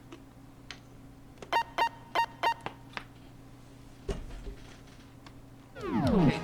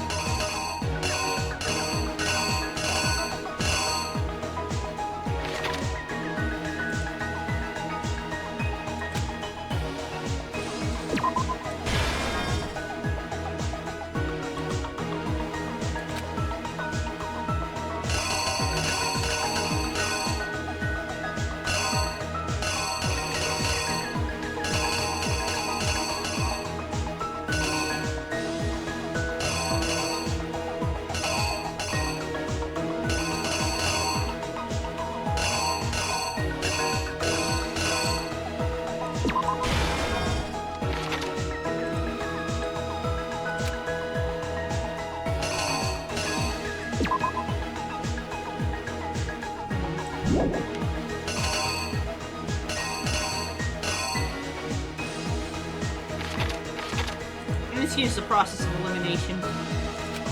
Please, dumbbell. Murder took place, and blood splattered on the ceiling. Posted.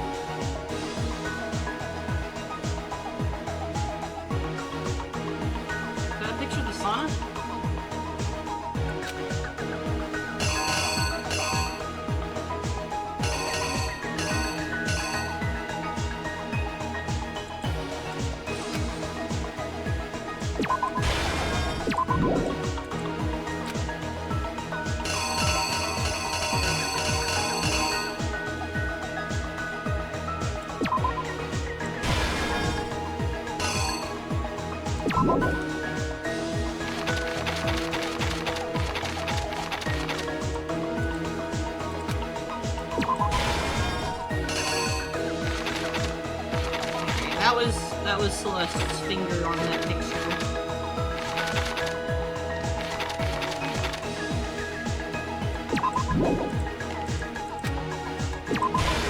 It should be that.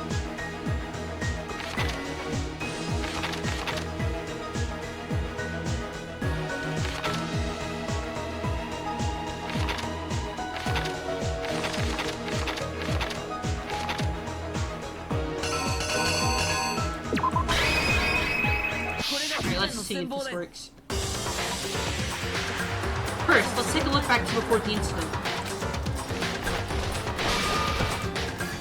Last night, Celeste saw Chihiro in the warehouse, correct?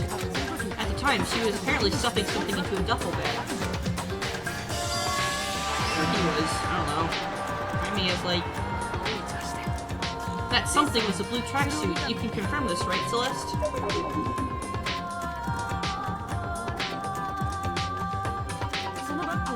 With bag in hand, Chihiro headed out, even though it was officially nighttime. She made her way to the locker room, specifically the boys' locker room. But how could the victim, who's apparently a girl, access the boys' locker room? By being a boy. Simple, because she was really a he. Which is why he was able to use his own e-handbook to gain entrance into the boys' locker room. Once inside, he met with someone there, and the person he met with was the one who killed him.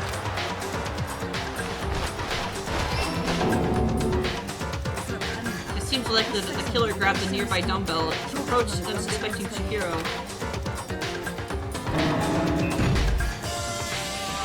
and attacked him. And that's where the bloodstains on the poster and carpeting in the boys' locker room came from.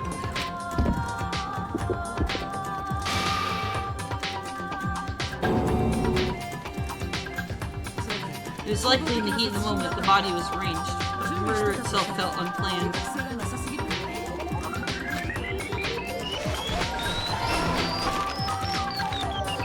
Which is why the killer hurried to try and hide the act. First, pulling up the blood-stained carpet, then removing the bloody poster.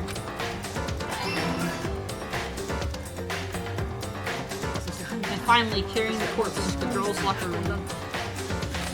The girl's handbook was necessary to get into the locker room, of course, but this alone doesn't prove that the killer was necessarily a girl. After all, Sayaka and Junko's handbooks have been placed in the main hall. Using one of those, a boy can get into the girl's locker room without much problem. And that's exactly how the killer did it. With the carpet and the poster they brought with them, they got to work.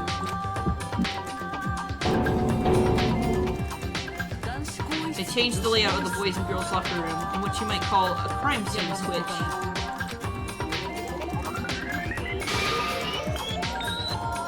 And that could be the end of things, but no.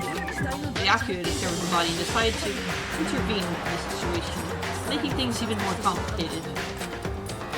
Because he's an asshole. So after stumbling on the crime scene, he went to grab the extension cord from the library, and he got to work. He used the cord to string Chihiro's lifeless body.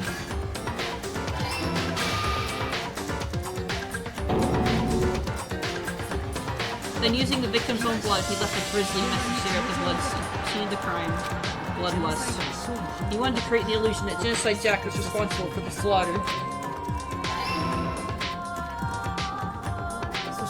And around the same time that the Yakuya was putting together this facade, the killer, having already disposed of Chihiro's bag and other belongings, arrived at the sauna.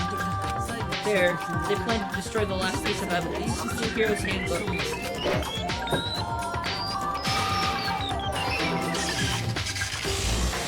And just as the killer expected, the steamy sauna was enough to ruin the electronic gadget.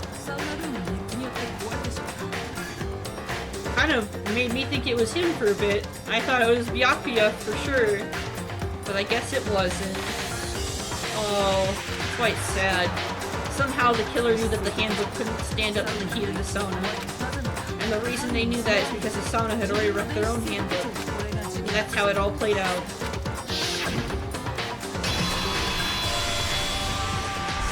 Isn't that right, Mondo Owada?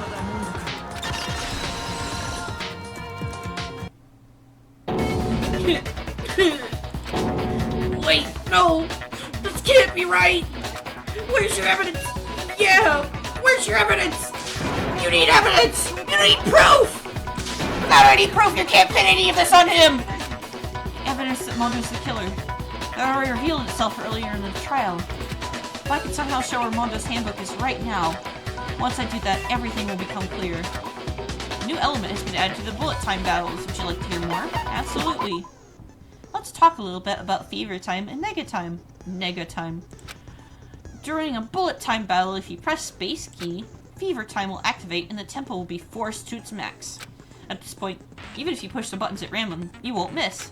So you can push right mouse button, left mouse button, right mouse button, left mouse button, however you want to destroy the opponent's verbal assault. But this only lasts until your focus gauge runs out, so make the best possible use of your time. Of course, it wouldn't be fair if only you got access to special time, right? So we've also prepared something called nega time that your opponent can use. If the opponent activates nega time during the bullet time battle, your tempo marker will disappear, making it quite a bit tougher to hit the buttons in rhythm.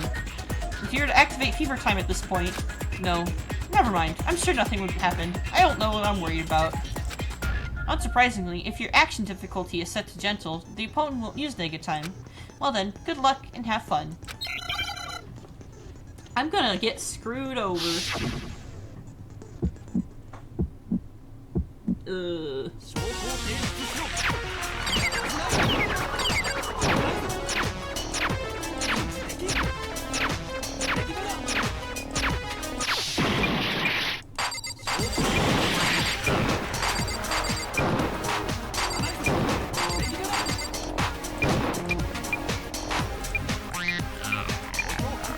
Oh, shit!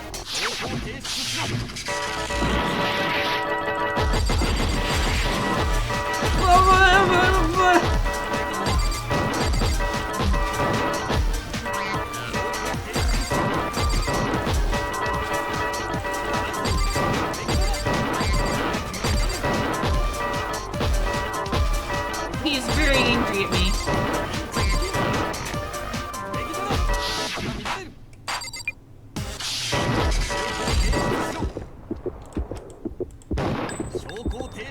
Without any proof, you can't pin this on him! Oh, I passed it! Yay! In other words, I used my cheat button. If my thinking so far is right, Mondo must have replaced his broken handbook with Leon's. In which case, we could just check each of our handbooks right now. Once we do that, we don't gotta do that. Huh? Yeah. I did it. I killed him.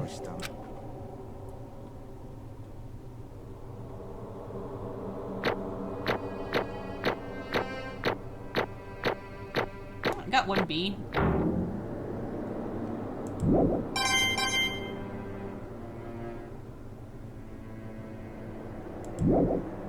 Poor Taka. Bro! What are you saying? I got no choice, man. After hearing all that, I gotta give up. Go ahead, Monokuma. Get it over with. Ask for the goddamn verdict. Roger that! Wait! Hold on! No waiting! No holding on! Time for the moment we've all been waiting for! Grab your lever and give it a yank! Who will you elect as the Blackened this time around? Will you make the right choice or the dreadfully wrong one? What's it gonna be? What's it gonna be?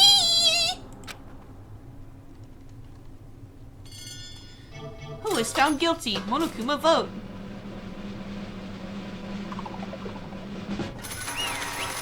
Rest in pieces, Cornhead Man. I liked you. And I didn't get to know you more.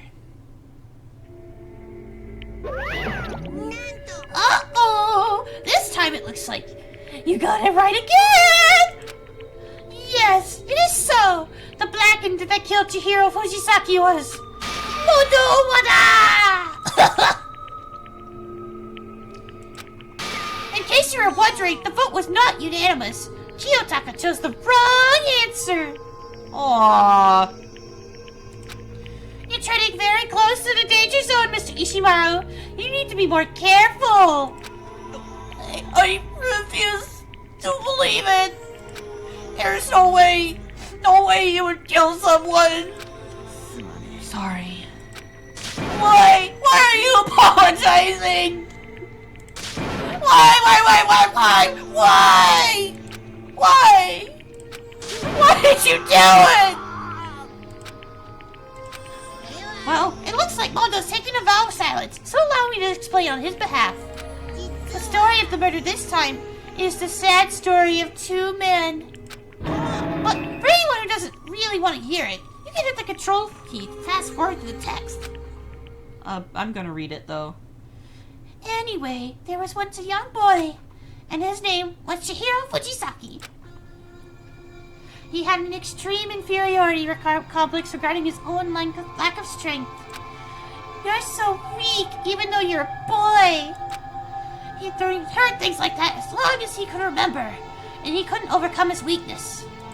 On the contrary, he tried to hide and buried himself further and further into that weakness, to take on the fragile form of a petite young girl. He had chosen that as his way out. No, nobody will be able to say anything about even though you're a boy.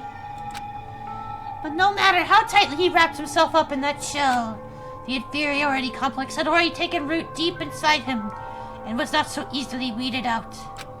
As it turned out, the shell was all completely empty. The complex didn't disappear. Instead, it only grew stronger and stronger. I'm weak.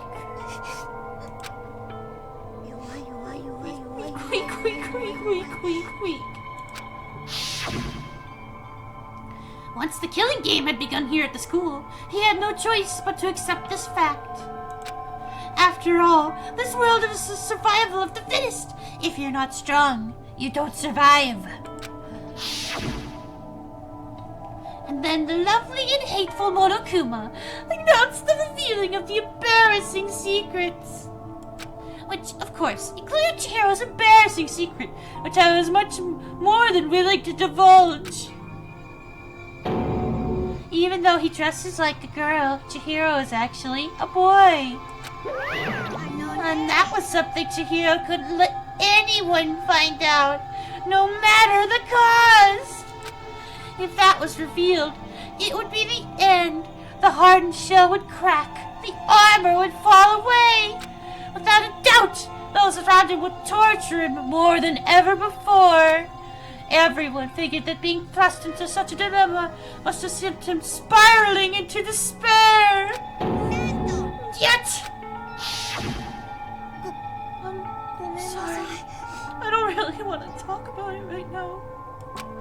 And I also don't want to leave things the way they are. So maybe I could talk about it later. After I try my best to become strong, then I can tell everyone.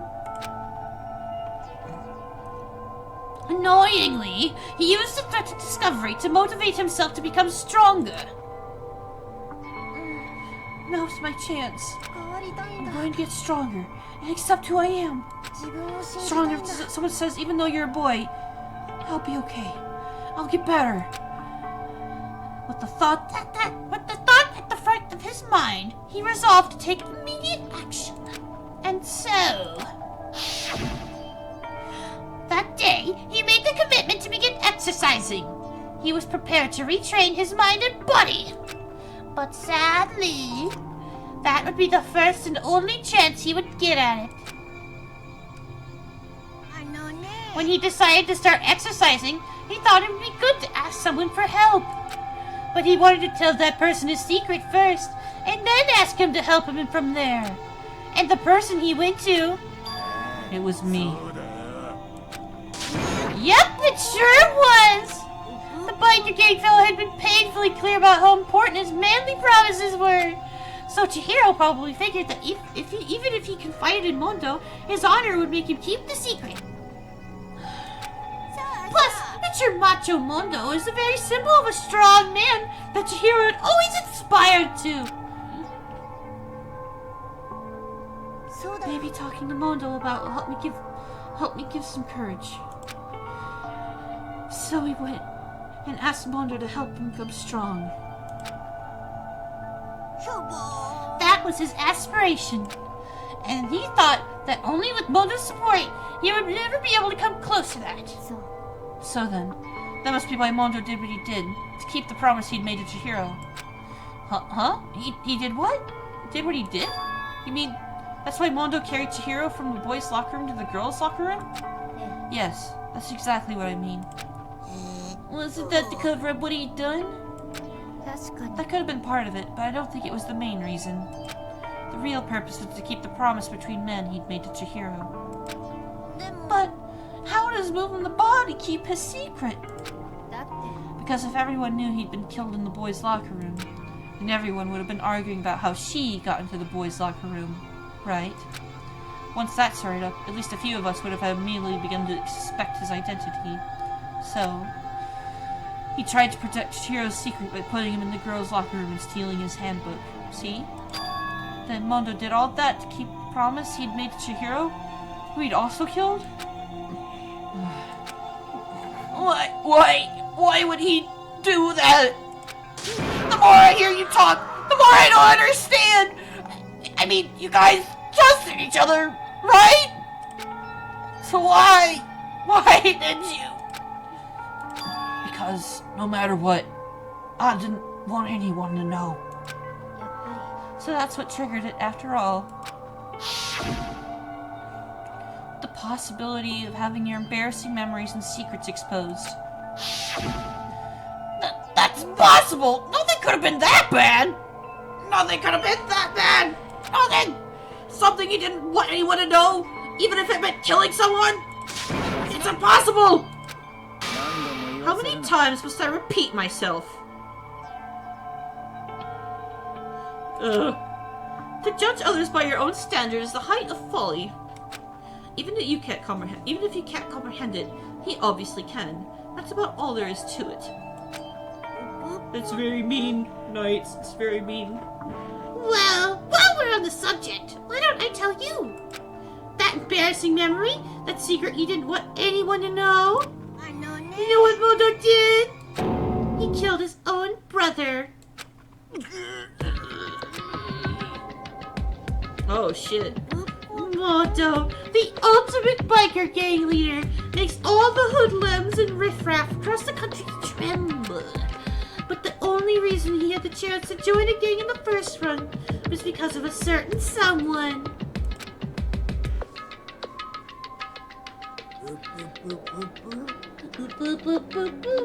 Mondo's older brother's name was Daya Oda. Mondo had nothing but respect for him. It was because of Daya that Mondo ever got on a motorcycle. Vroom, vroom. Mondo's brother was his only family growing up. He was the only one Mondo could trust or respect. He wanted to measure up to his big brother, so he imitated him in everything he did. Mondo's the epitome of the starry-eyed kid brother. Meanwhile, the charismatic older brother had put together a local motorcycle gang. And before anyone knew it, it had grown into the biggest biker gang in the country. Daya, the older brother, number one in the gang, and his number two, his younger brother, Mondo. In the beginning, everything was peaches and gravy. But when Mondo started to think about how he would have to take over the gang from his brother someday, his brother's greatness, his reputation began to gnaw on Mondo's very soul. The kid's gonna take it for Daya, huh? Daya created this gang with his bare hands. Mondo's just along for the ride. Could someone like that really be our leader? All they'll do is make the gang look bad. Almost every day, Mondo heard the gossip and whispers of the other members of the gang, which is why I've got to get stronger. Stronger than Daya. Just one time. No matter what. I gotta win. I don't care what it takes. I gotta come out on top. And on the night of his amazing brother's retirement ceremony, Mondo challenged him to his feet race. But during the race, tragedy struck. Oh shit. The kid brother pushed ahead with reckless abandon, eager for victory, and dashed into oncoming traffic. But suddenly... Oh shit.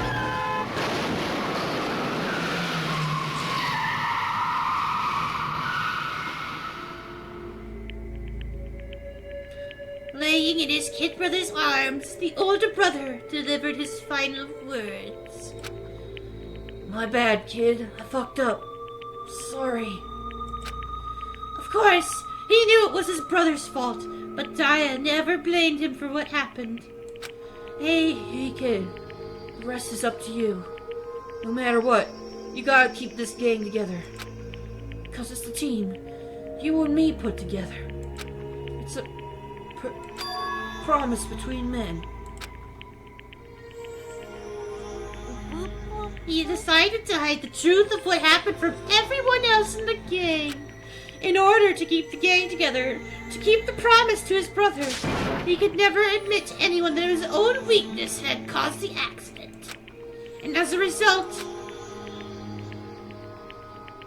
the team was made even stronger under the banner of the kid who'd bested his big brother. Daya was gonna lose to his kid brother, so he got stupid and got himself killed. That became the explanation for what happened.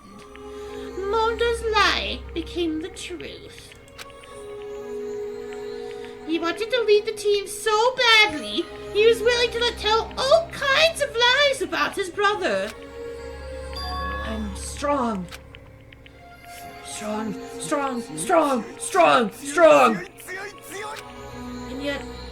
And yet, as soon as our killing game began, he realized, no matter how tough he pretended to be, he was just another weakling that could die in an instant. And then the lovely, hateful Monokuma announced the revealing of embarrassing secrets. At that point, it was clear I would have no problem shedding light on his secrets. Mondo killed his older brother. No matter what, I couldn't let the other gang members find out. If that happened, everything would have been ruined. Everything me and my brother had worked to create would have been destroyed. His death, all the guilt I've been carrying around, it all would have been for nothing. So that's why Mondo, after I saw what Monokuma had on me, my head filled up with kind of fuzzy uneasiness, and it just started swirling around. I never felt anything like it before. I didn't know what to do about it. I wasn't sure what to think or say, but after a while, that fuzzy uneasiness turned itself into a rock-hard lump of anxiety, weighed down my stomach. And it was right around then that Chihiro asked me to start working out with him. And right there, he told me a secret.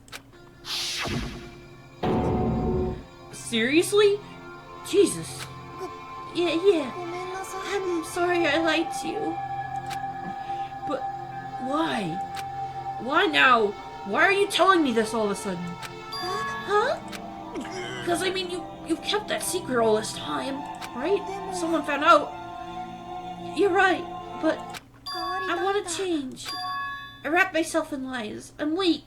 I want to destroy that version of me forever. His words were like a knife in my gut. I felt like he was exposing the lie I'd been living myself. I have to change. I don't want to be weak anymore. You're so strong. It can't hurt you, right? Whatever secret Monokuma might tell us. So what? You're saying I should just say it? You're saying if I really am, I should just be able to tell everyone my secret? Huh? I was jealous. I was jealous of Chihiro's strength. He had the strength to fake his own weakness, to try and overcome it. It was the kind of strength I've never had. So I was jealous of him. And that jealousy broke me. Are you making fun of me? I'm strong. Are you fucking with me right now? I'm not making fun of you. You really are strong, Mondo. I felt like I could hear something starting to creak. Something inside my head. What did he want me to do? What was I supposed to do? Was I supposed to just sit back, let my secret get revealed, and ruin everything? What's wrong? Why did you have to tell me that? Are you trying to rub my failure in my face? No, no. I just really admire you. I admire your strength. That's right. I am strong. Strong. I'm strong! Strong, strong, strong, strong, strong, strong! Stronger than you! And stronger than Dinah! I don't remember anything after that. When I woke up again, he was laying at my feet, covered in blood. I had the dumbbell in my hand, and I was just staring at him, down on the ground. Hey! I killed him. I killed Chihiro. Even after all this time, I'm still just as weak as I've always been. And thanks to that, I did something I can never take back. Mondo. He was normally so aggressive, so angry. He hid that weak side away from everyone. That was his secret. A weakness that lived in a heart like his. And it turned him cold-blooded. God damn it. Look at him! You see? You're all just like him! For a secret from the past! For a memory! For that, he killed another living human in cold blood! He couldn't cut free of his regrets from the outside world. He doesn't know what true strength is! Do you see hope anywhere in there? Because I sure don't! You bastard! Just shut up, you son of a bitch! Go ahead and say that again, I dare you! Okay, I'll say it as many times as I want. Here's what I want to say, but unfortunately I can't do that right now, because the time for punishing is fast approaching. Punishing. You mean execution! That's what I promised you, right? The planet that disturbs the peace will be punished. Oh, hold on! Now then, I prepared a very special punishment for Mondo Owana, the ultimate biker gang leader. No! No! Wait! Let's give it everything we've got! It's punishment time! Well, at least let the boyfriends kiss before you do it. Also, I have a feeling that he's gonna get drawn and quartered by motorcycles. I said wait! Sorry, man. I couldn't keep the promise we made. From one man to another. Rip in pieces. Game over. Mondo has been found guilty. Time for the punishment.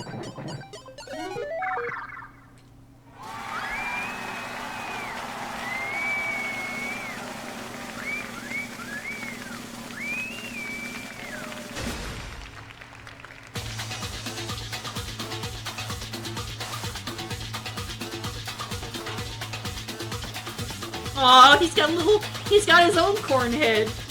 Monokuma. Oh shit, Cage of Death. The Cage of Death. Yeah?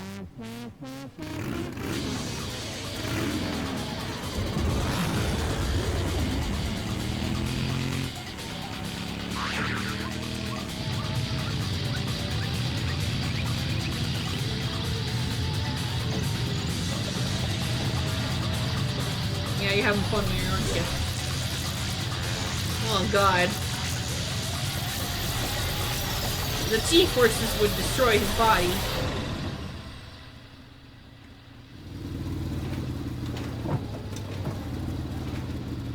so it surely wouldn't be pleasant.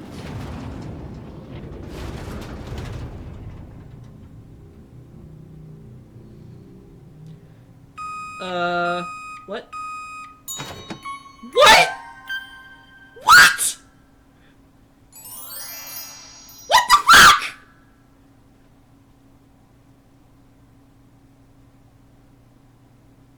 I saw that right. He got turned into butter? What the fuck?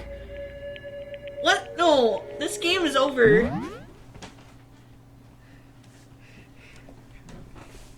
I'm gonna... Laugh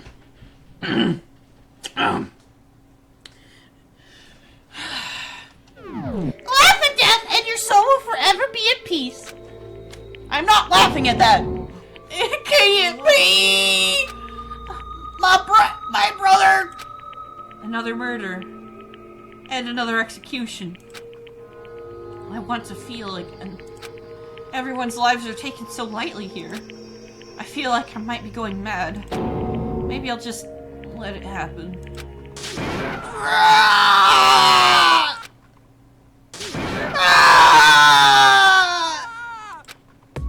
As talk of sad screams invaded our skulls, we were each forced to realize once again, God damn it, Dev!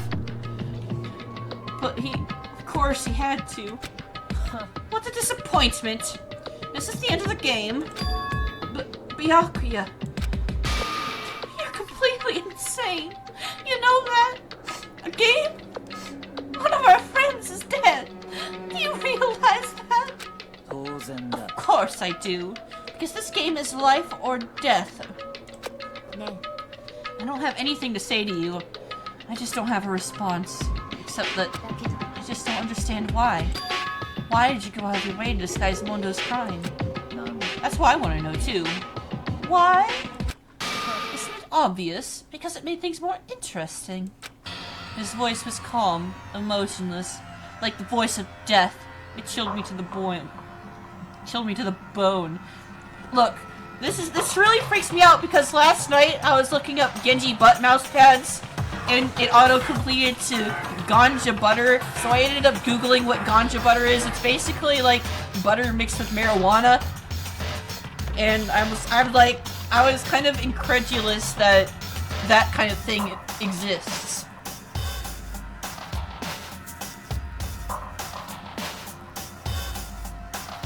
So yeah, that's why I'm kind of like fucked up right now. Last night, when the murder took place, I was in the library as usual. So you ignored the nighttime rule too. And that rule never mattered to me. I don't recall agreeing to it. Well, I don't particularly care. Please, continue. The night grew late, and I decided to return to my room, which is where I stumbled upon him. I spotted Mondo coming out of the girls' locker room. After he'd gone, I'd look inside and saw the corpse. What? You mean you actually witnessed the murder? He was such a fool. He didn't have the slightest idea that I'd seen him. So you're saying you knew who the culprit was from the very beginning? Indeed. But if that had been the end of it, how boring would that have been?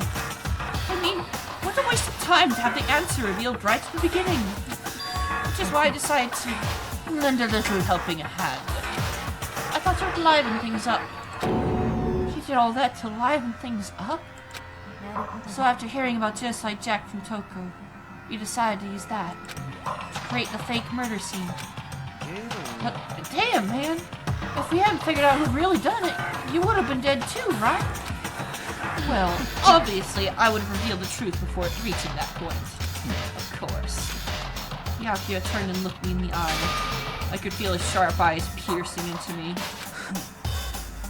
Butterfree! God damn it, Knights! Thanks to a certain remarkable someone, I never did. Now I was able to perform an interesting experiment. Once I do decide to become blackened, I know now who I'll have to watch out for. Look. So that was your reason. Are you satisfied? Yes, we're done listening to your story. Moving on. There's something I'd like to ask Monokuma. Oh, I'm up next! You like to perform these elaborate executions each time, correct? My question is, why? You like them? But you know, this punishment, this despair, it's not just for you. All this punishment, all this despair is my gift to mankind itself! You're over-exaggerating. I am not over-exaggerating! These punishments are meant to transform all hope into despair! What do you mean? Mean! Good grief! I don't understand why you have to pick apart every little stupid thing! Whatever, it doesn't matter. In the end, I'm going to stand alone as the victor, and then everything will be revealed to me. Ah, the noble son of a noble family! Truly, you understand me! I think this is the start of a terrifying friendship! Shut up! I would never stoop to the level of a childish criminal like you. Let me just say this. After I've achieved complete victory, you're up next. I'm going to find you and kill you. Understand? In the name of the Togami family, for which victory is a foregone conclusion. Oh, so cool! It's like you're the main character of a video game or something! No trash mob for you! I swear, whatever it takes, I'll kill you! Poo-poo! Jumper, jumper! Sounds like someone needs a nap! Poo-poo-poo-poo-poo!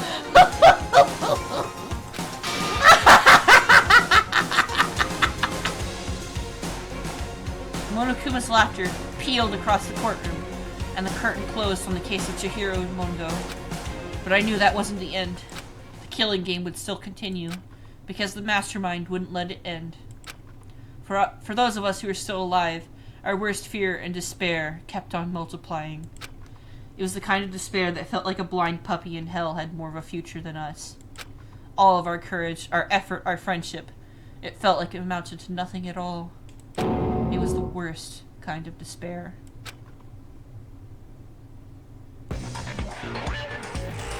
Huh. Well, anyway, like I was saying, this is a pretty good spot. Yeah, a really good spot. Anyway, isn't it amazing how that girl went and killed someone before even things having a chance get boring? When things really get moving, it'll be like a roller coaster. There won't be any stopping it. Fear and despair charge forward at a speed nothing can hope to match. But I must admit, I'm disappointed. I went through all the pain and effort of making you part of the crew, and you couldn't play your part. You do remember you were supposed to make the first move, right? Well, no biggie. Nothing we can do about it for now. So just do your best to make things more exciting from now on, okay? After all, that's what everyone wants to see. There's one thing I'd like to ask you. As long as you don't want to know my measurements, fire away! Who is it? The 16th high school student, I mean. Gah! My, you really took me by surprise there. I know you said you could ask anything, but super denied, ultra denied, demonic denied. Because you see, that's my ace in the hole. And nobody'd be dumb enough to reveal that, right? No matter how close they were to their friends.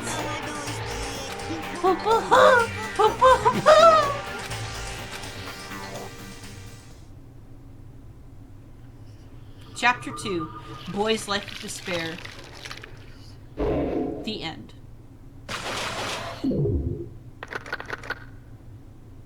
Surviving students. To be continued.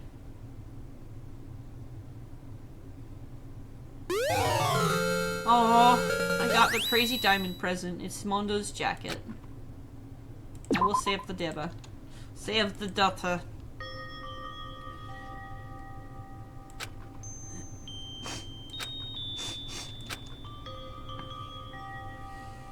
Oh, Hina. I know I shouldn't cry, but I had enough. I can't take it anymore. Getting out of here anytime soon. It's impossible. can't let myself think about how much I want to get out of here. If I keep thinking like that, I might decide to... Oh, sweetheart, don't do it. Donuts. I need to eat some donuts. That'll cheer me up. I want some donuts. Glazed donuts, twisted donuts, jelly donuts, cream-filled, donut holes, malasadas. Oh, God of donuts. I'm praying for a wonderful encounter. Wait, what? I'm sorry. Please forgive me for breaking the nighttime rule. But right now, for me, donuts are absolutely necessary. Huh? What's that sound? It sounds like it's coming from the bathhouse. I'm super scared, but... Is someone there? Ah! What the fuck? Chapter 3. A next generation legend. Stand tall, galactic hero.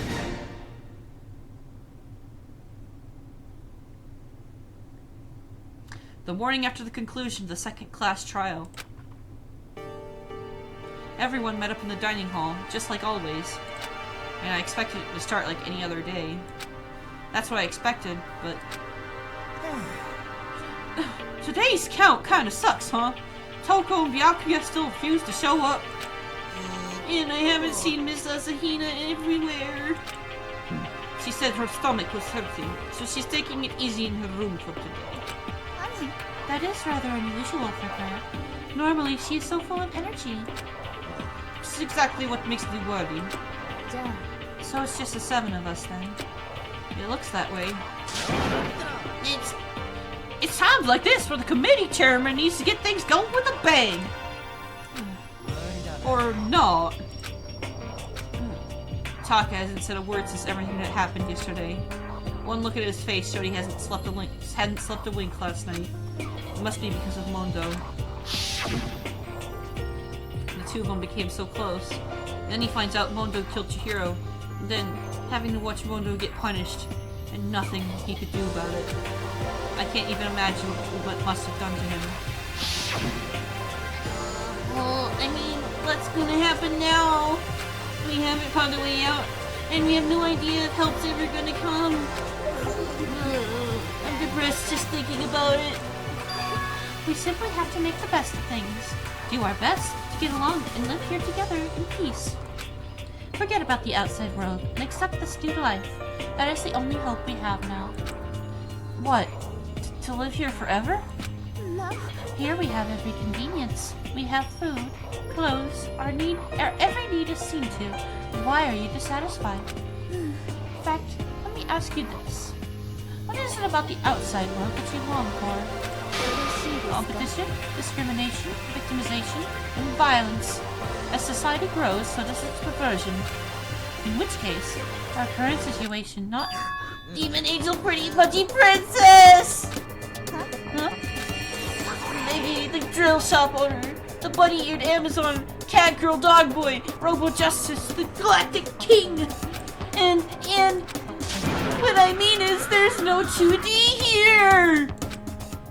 The mastermind puts its base desire to their advantage, bending you to their will. Oh, okay, well, anyway, since Taka's like catatonic, as the oldest one here, I'm officially stepping up to take the lead. So, we're all gonna work together and spend the rest of the day searching the school. Searching? Well, I mean, since the class trial is over and all, there should be new places for us to investigate. Yeah, that's a ticket. Maybe we'll find some kind of clue this time. Then once we're done eating, let's split up and begin looking around. Do you have any problem with that, Celeste? There may well be a discovery waiting for us, which may further enrich our life here. No, the point is to look for clues. Just as we're starting to come together, she barged in and ruined the conversation. You called for me, and so I appear. Genocide! sorry! Nobody called for you! What the? How come it's just Jill, not Toko? God, this place must be just amazing! Finally, a place I can be my murderous self! Which is why I've decided to stop holding back and spread my wings! No more hiding in a cave for me! Plus, I have another battle to fight! The whole killer with the split personality thing is so overdone! I gotta destroy that stereotype! I'll fight all day and I'll make the murder those totally thunderous cliches! But you are a killer with split personality. If she weren't here, my chances of survival would go up at least 10%! Come on, you gotta back me up here! Even the biggest stars need people to hold them up! Well, whatever else we do today, first we should eat. We can't do anything on an empty stomach. You're right. Let's hurry up and eat so we can start our investigation.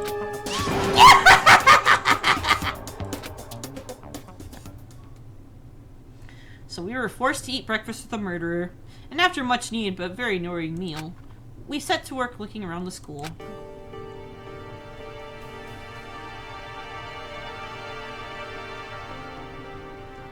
Alright, should I keep going or?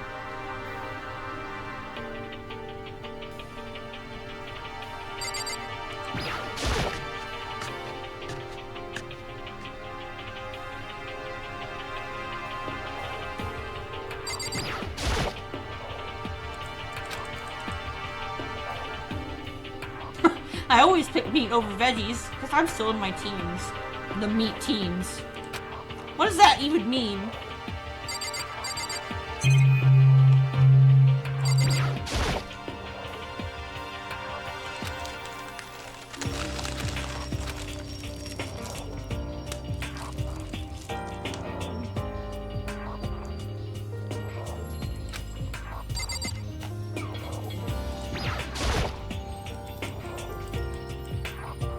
The display case is filled with all kinds of meat.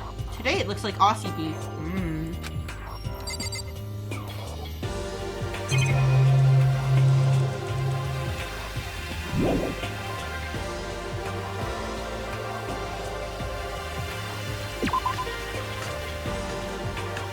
Oh, you know what? Sure. You know what? When you say it like Mondo butter, it sounds like you're talking about his foods or something.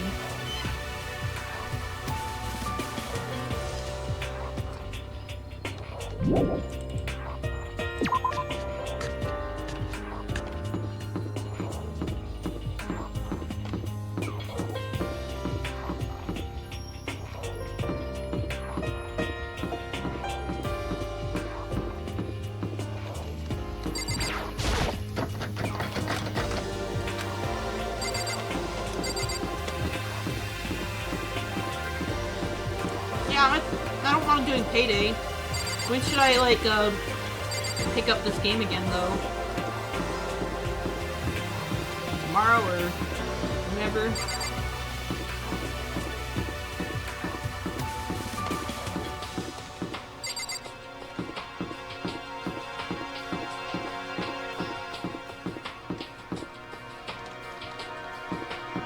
I bet. Gross. Saltier than butter should be, you know? It's just all sweaty and shit. Ugh.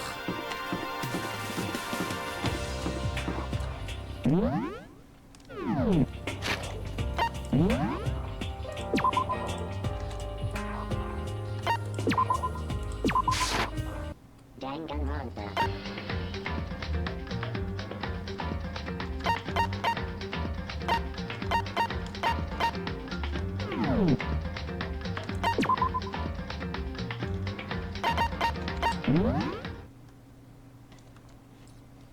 Alright, well, I have something to show you guys.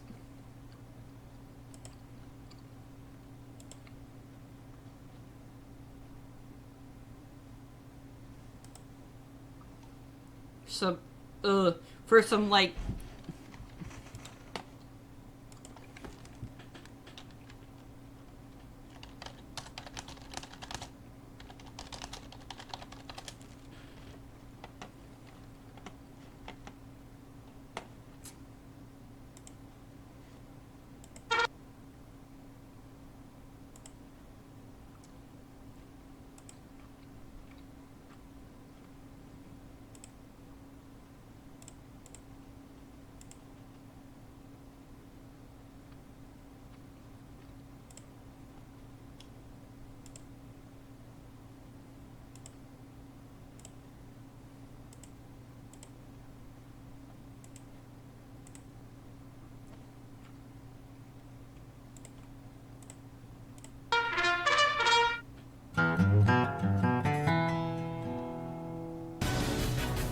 Butterfree, I choose you!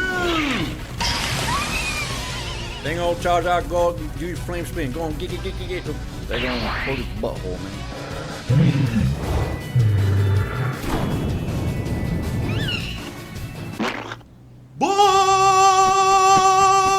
Butterfree! Butterfree, please, speak to me. I'm okay, Dad.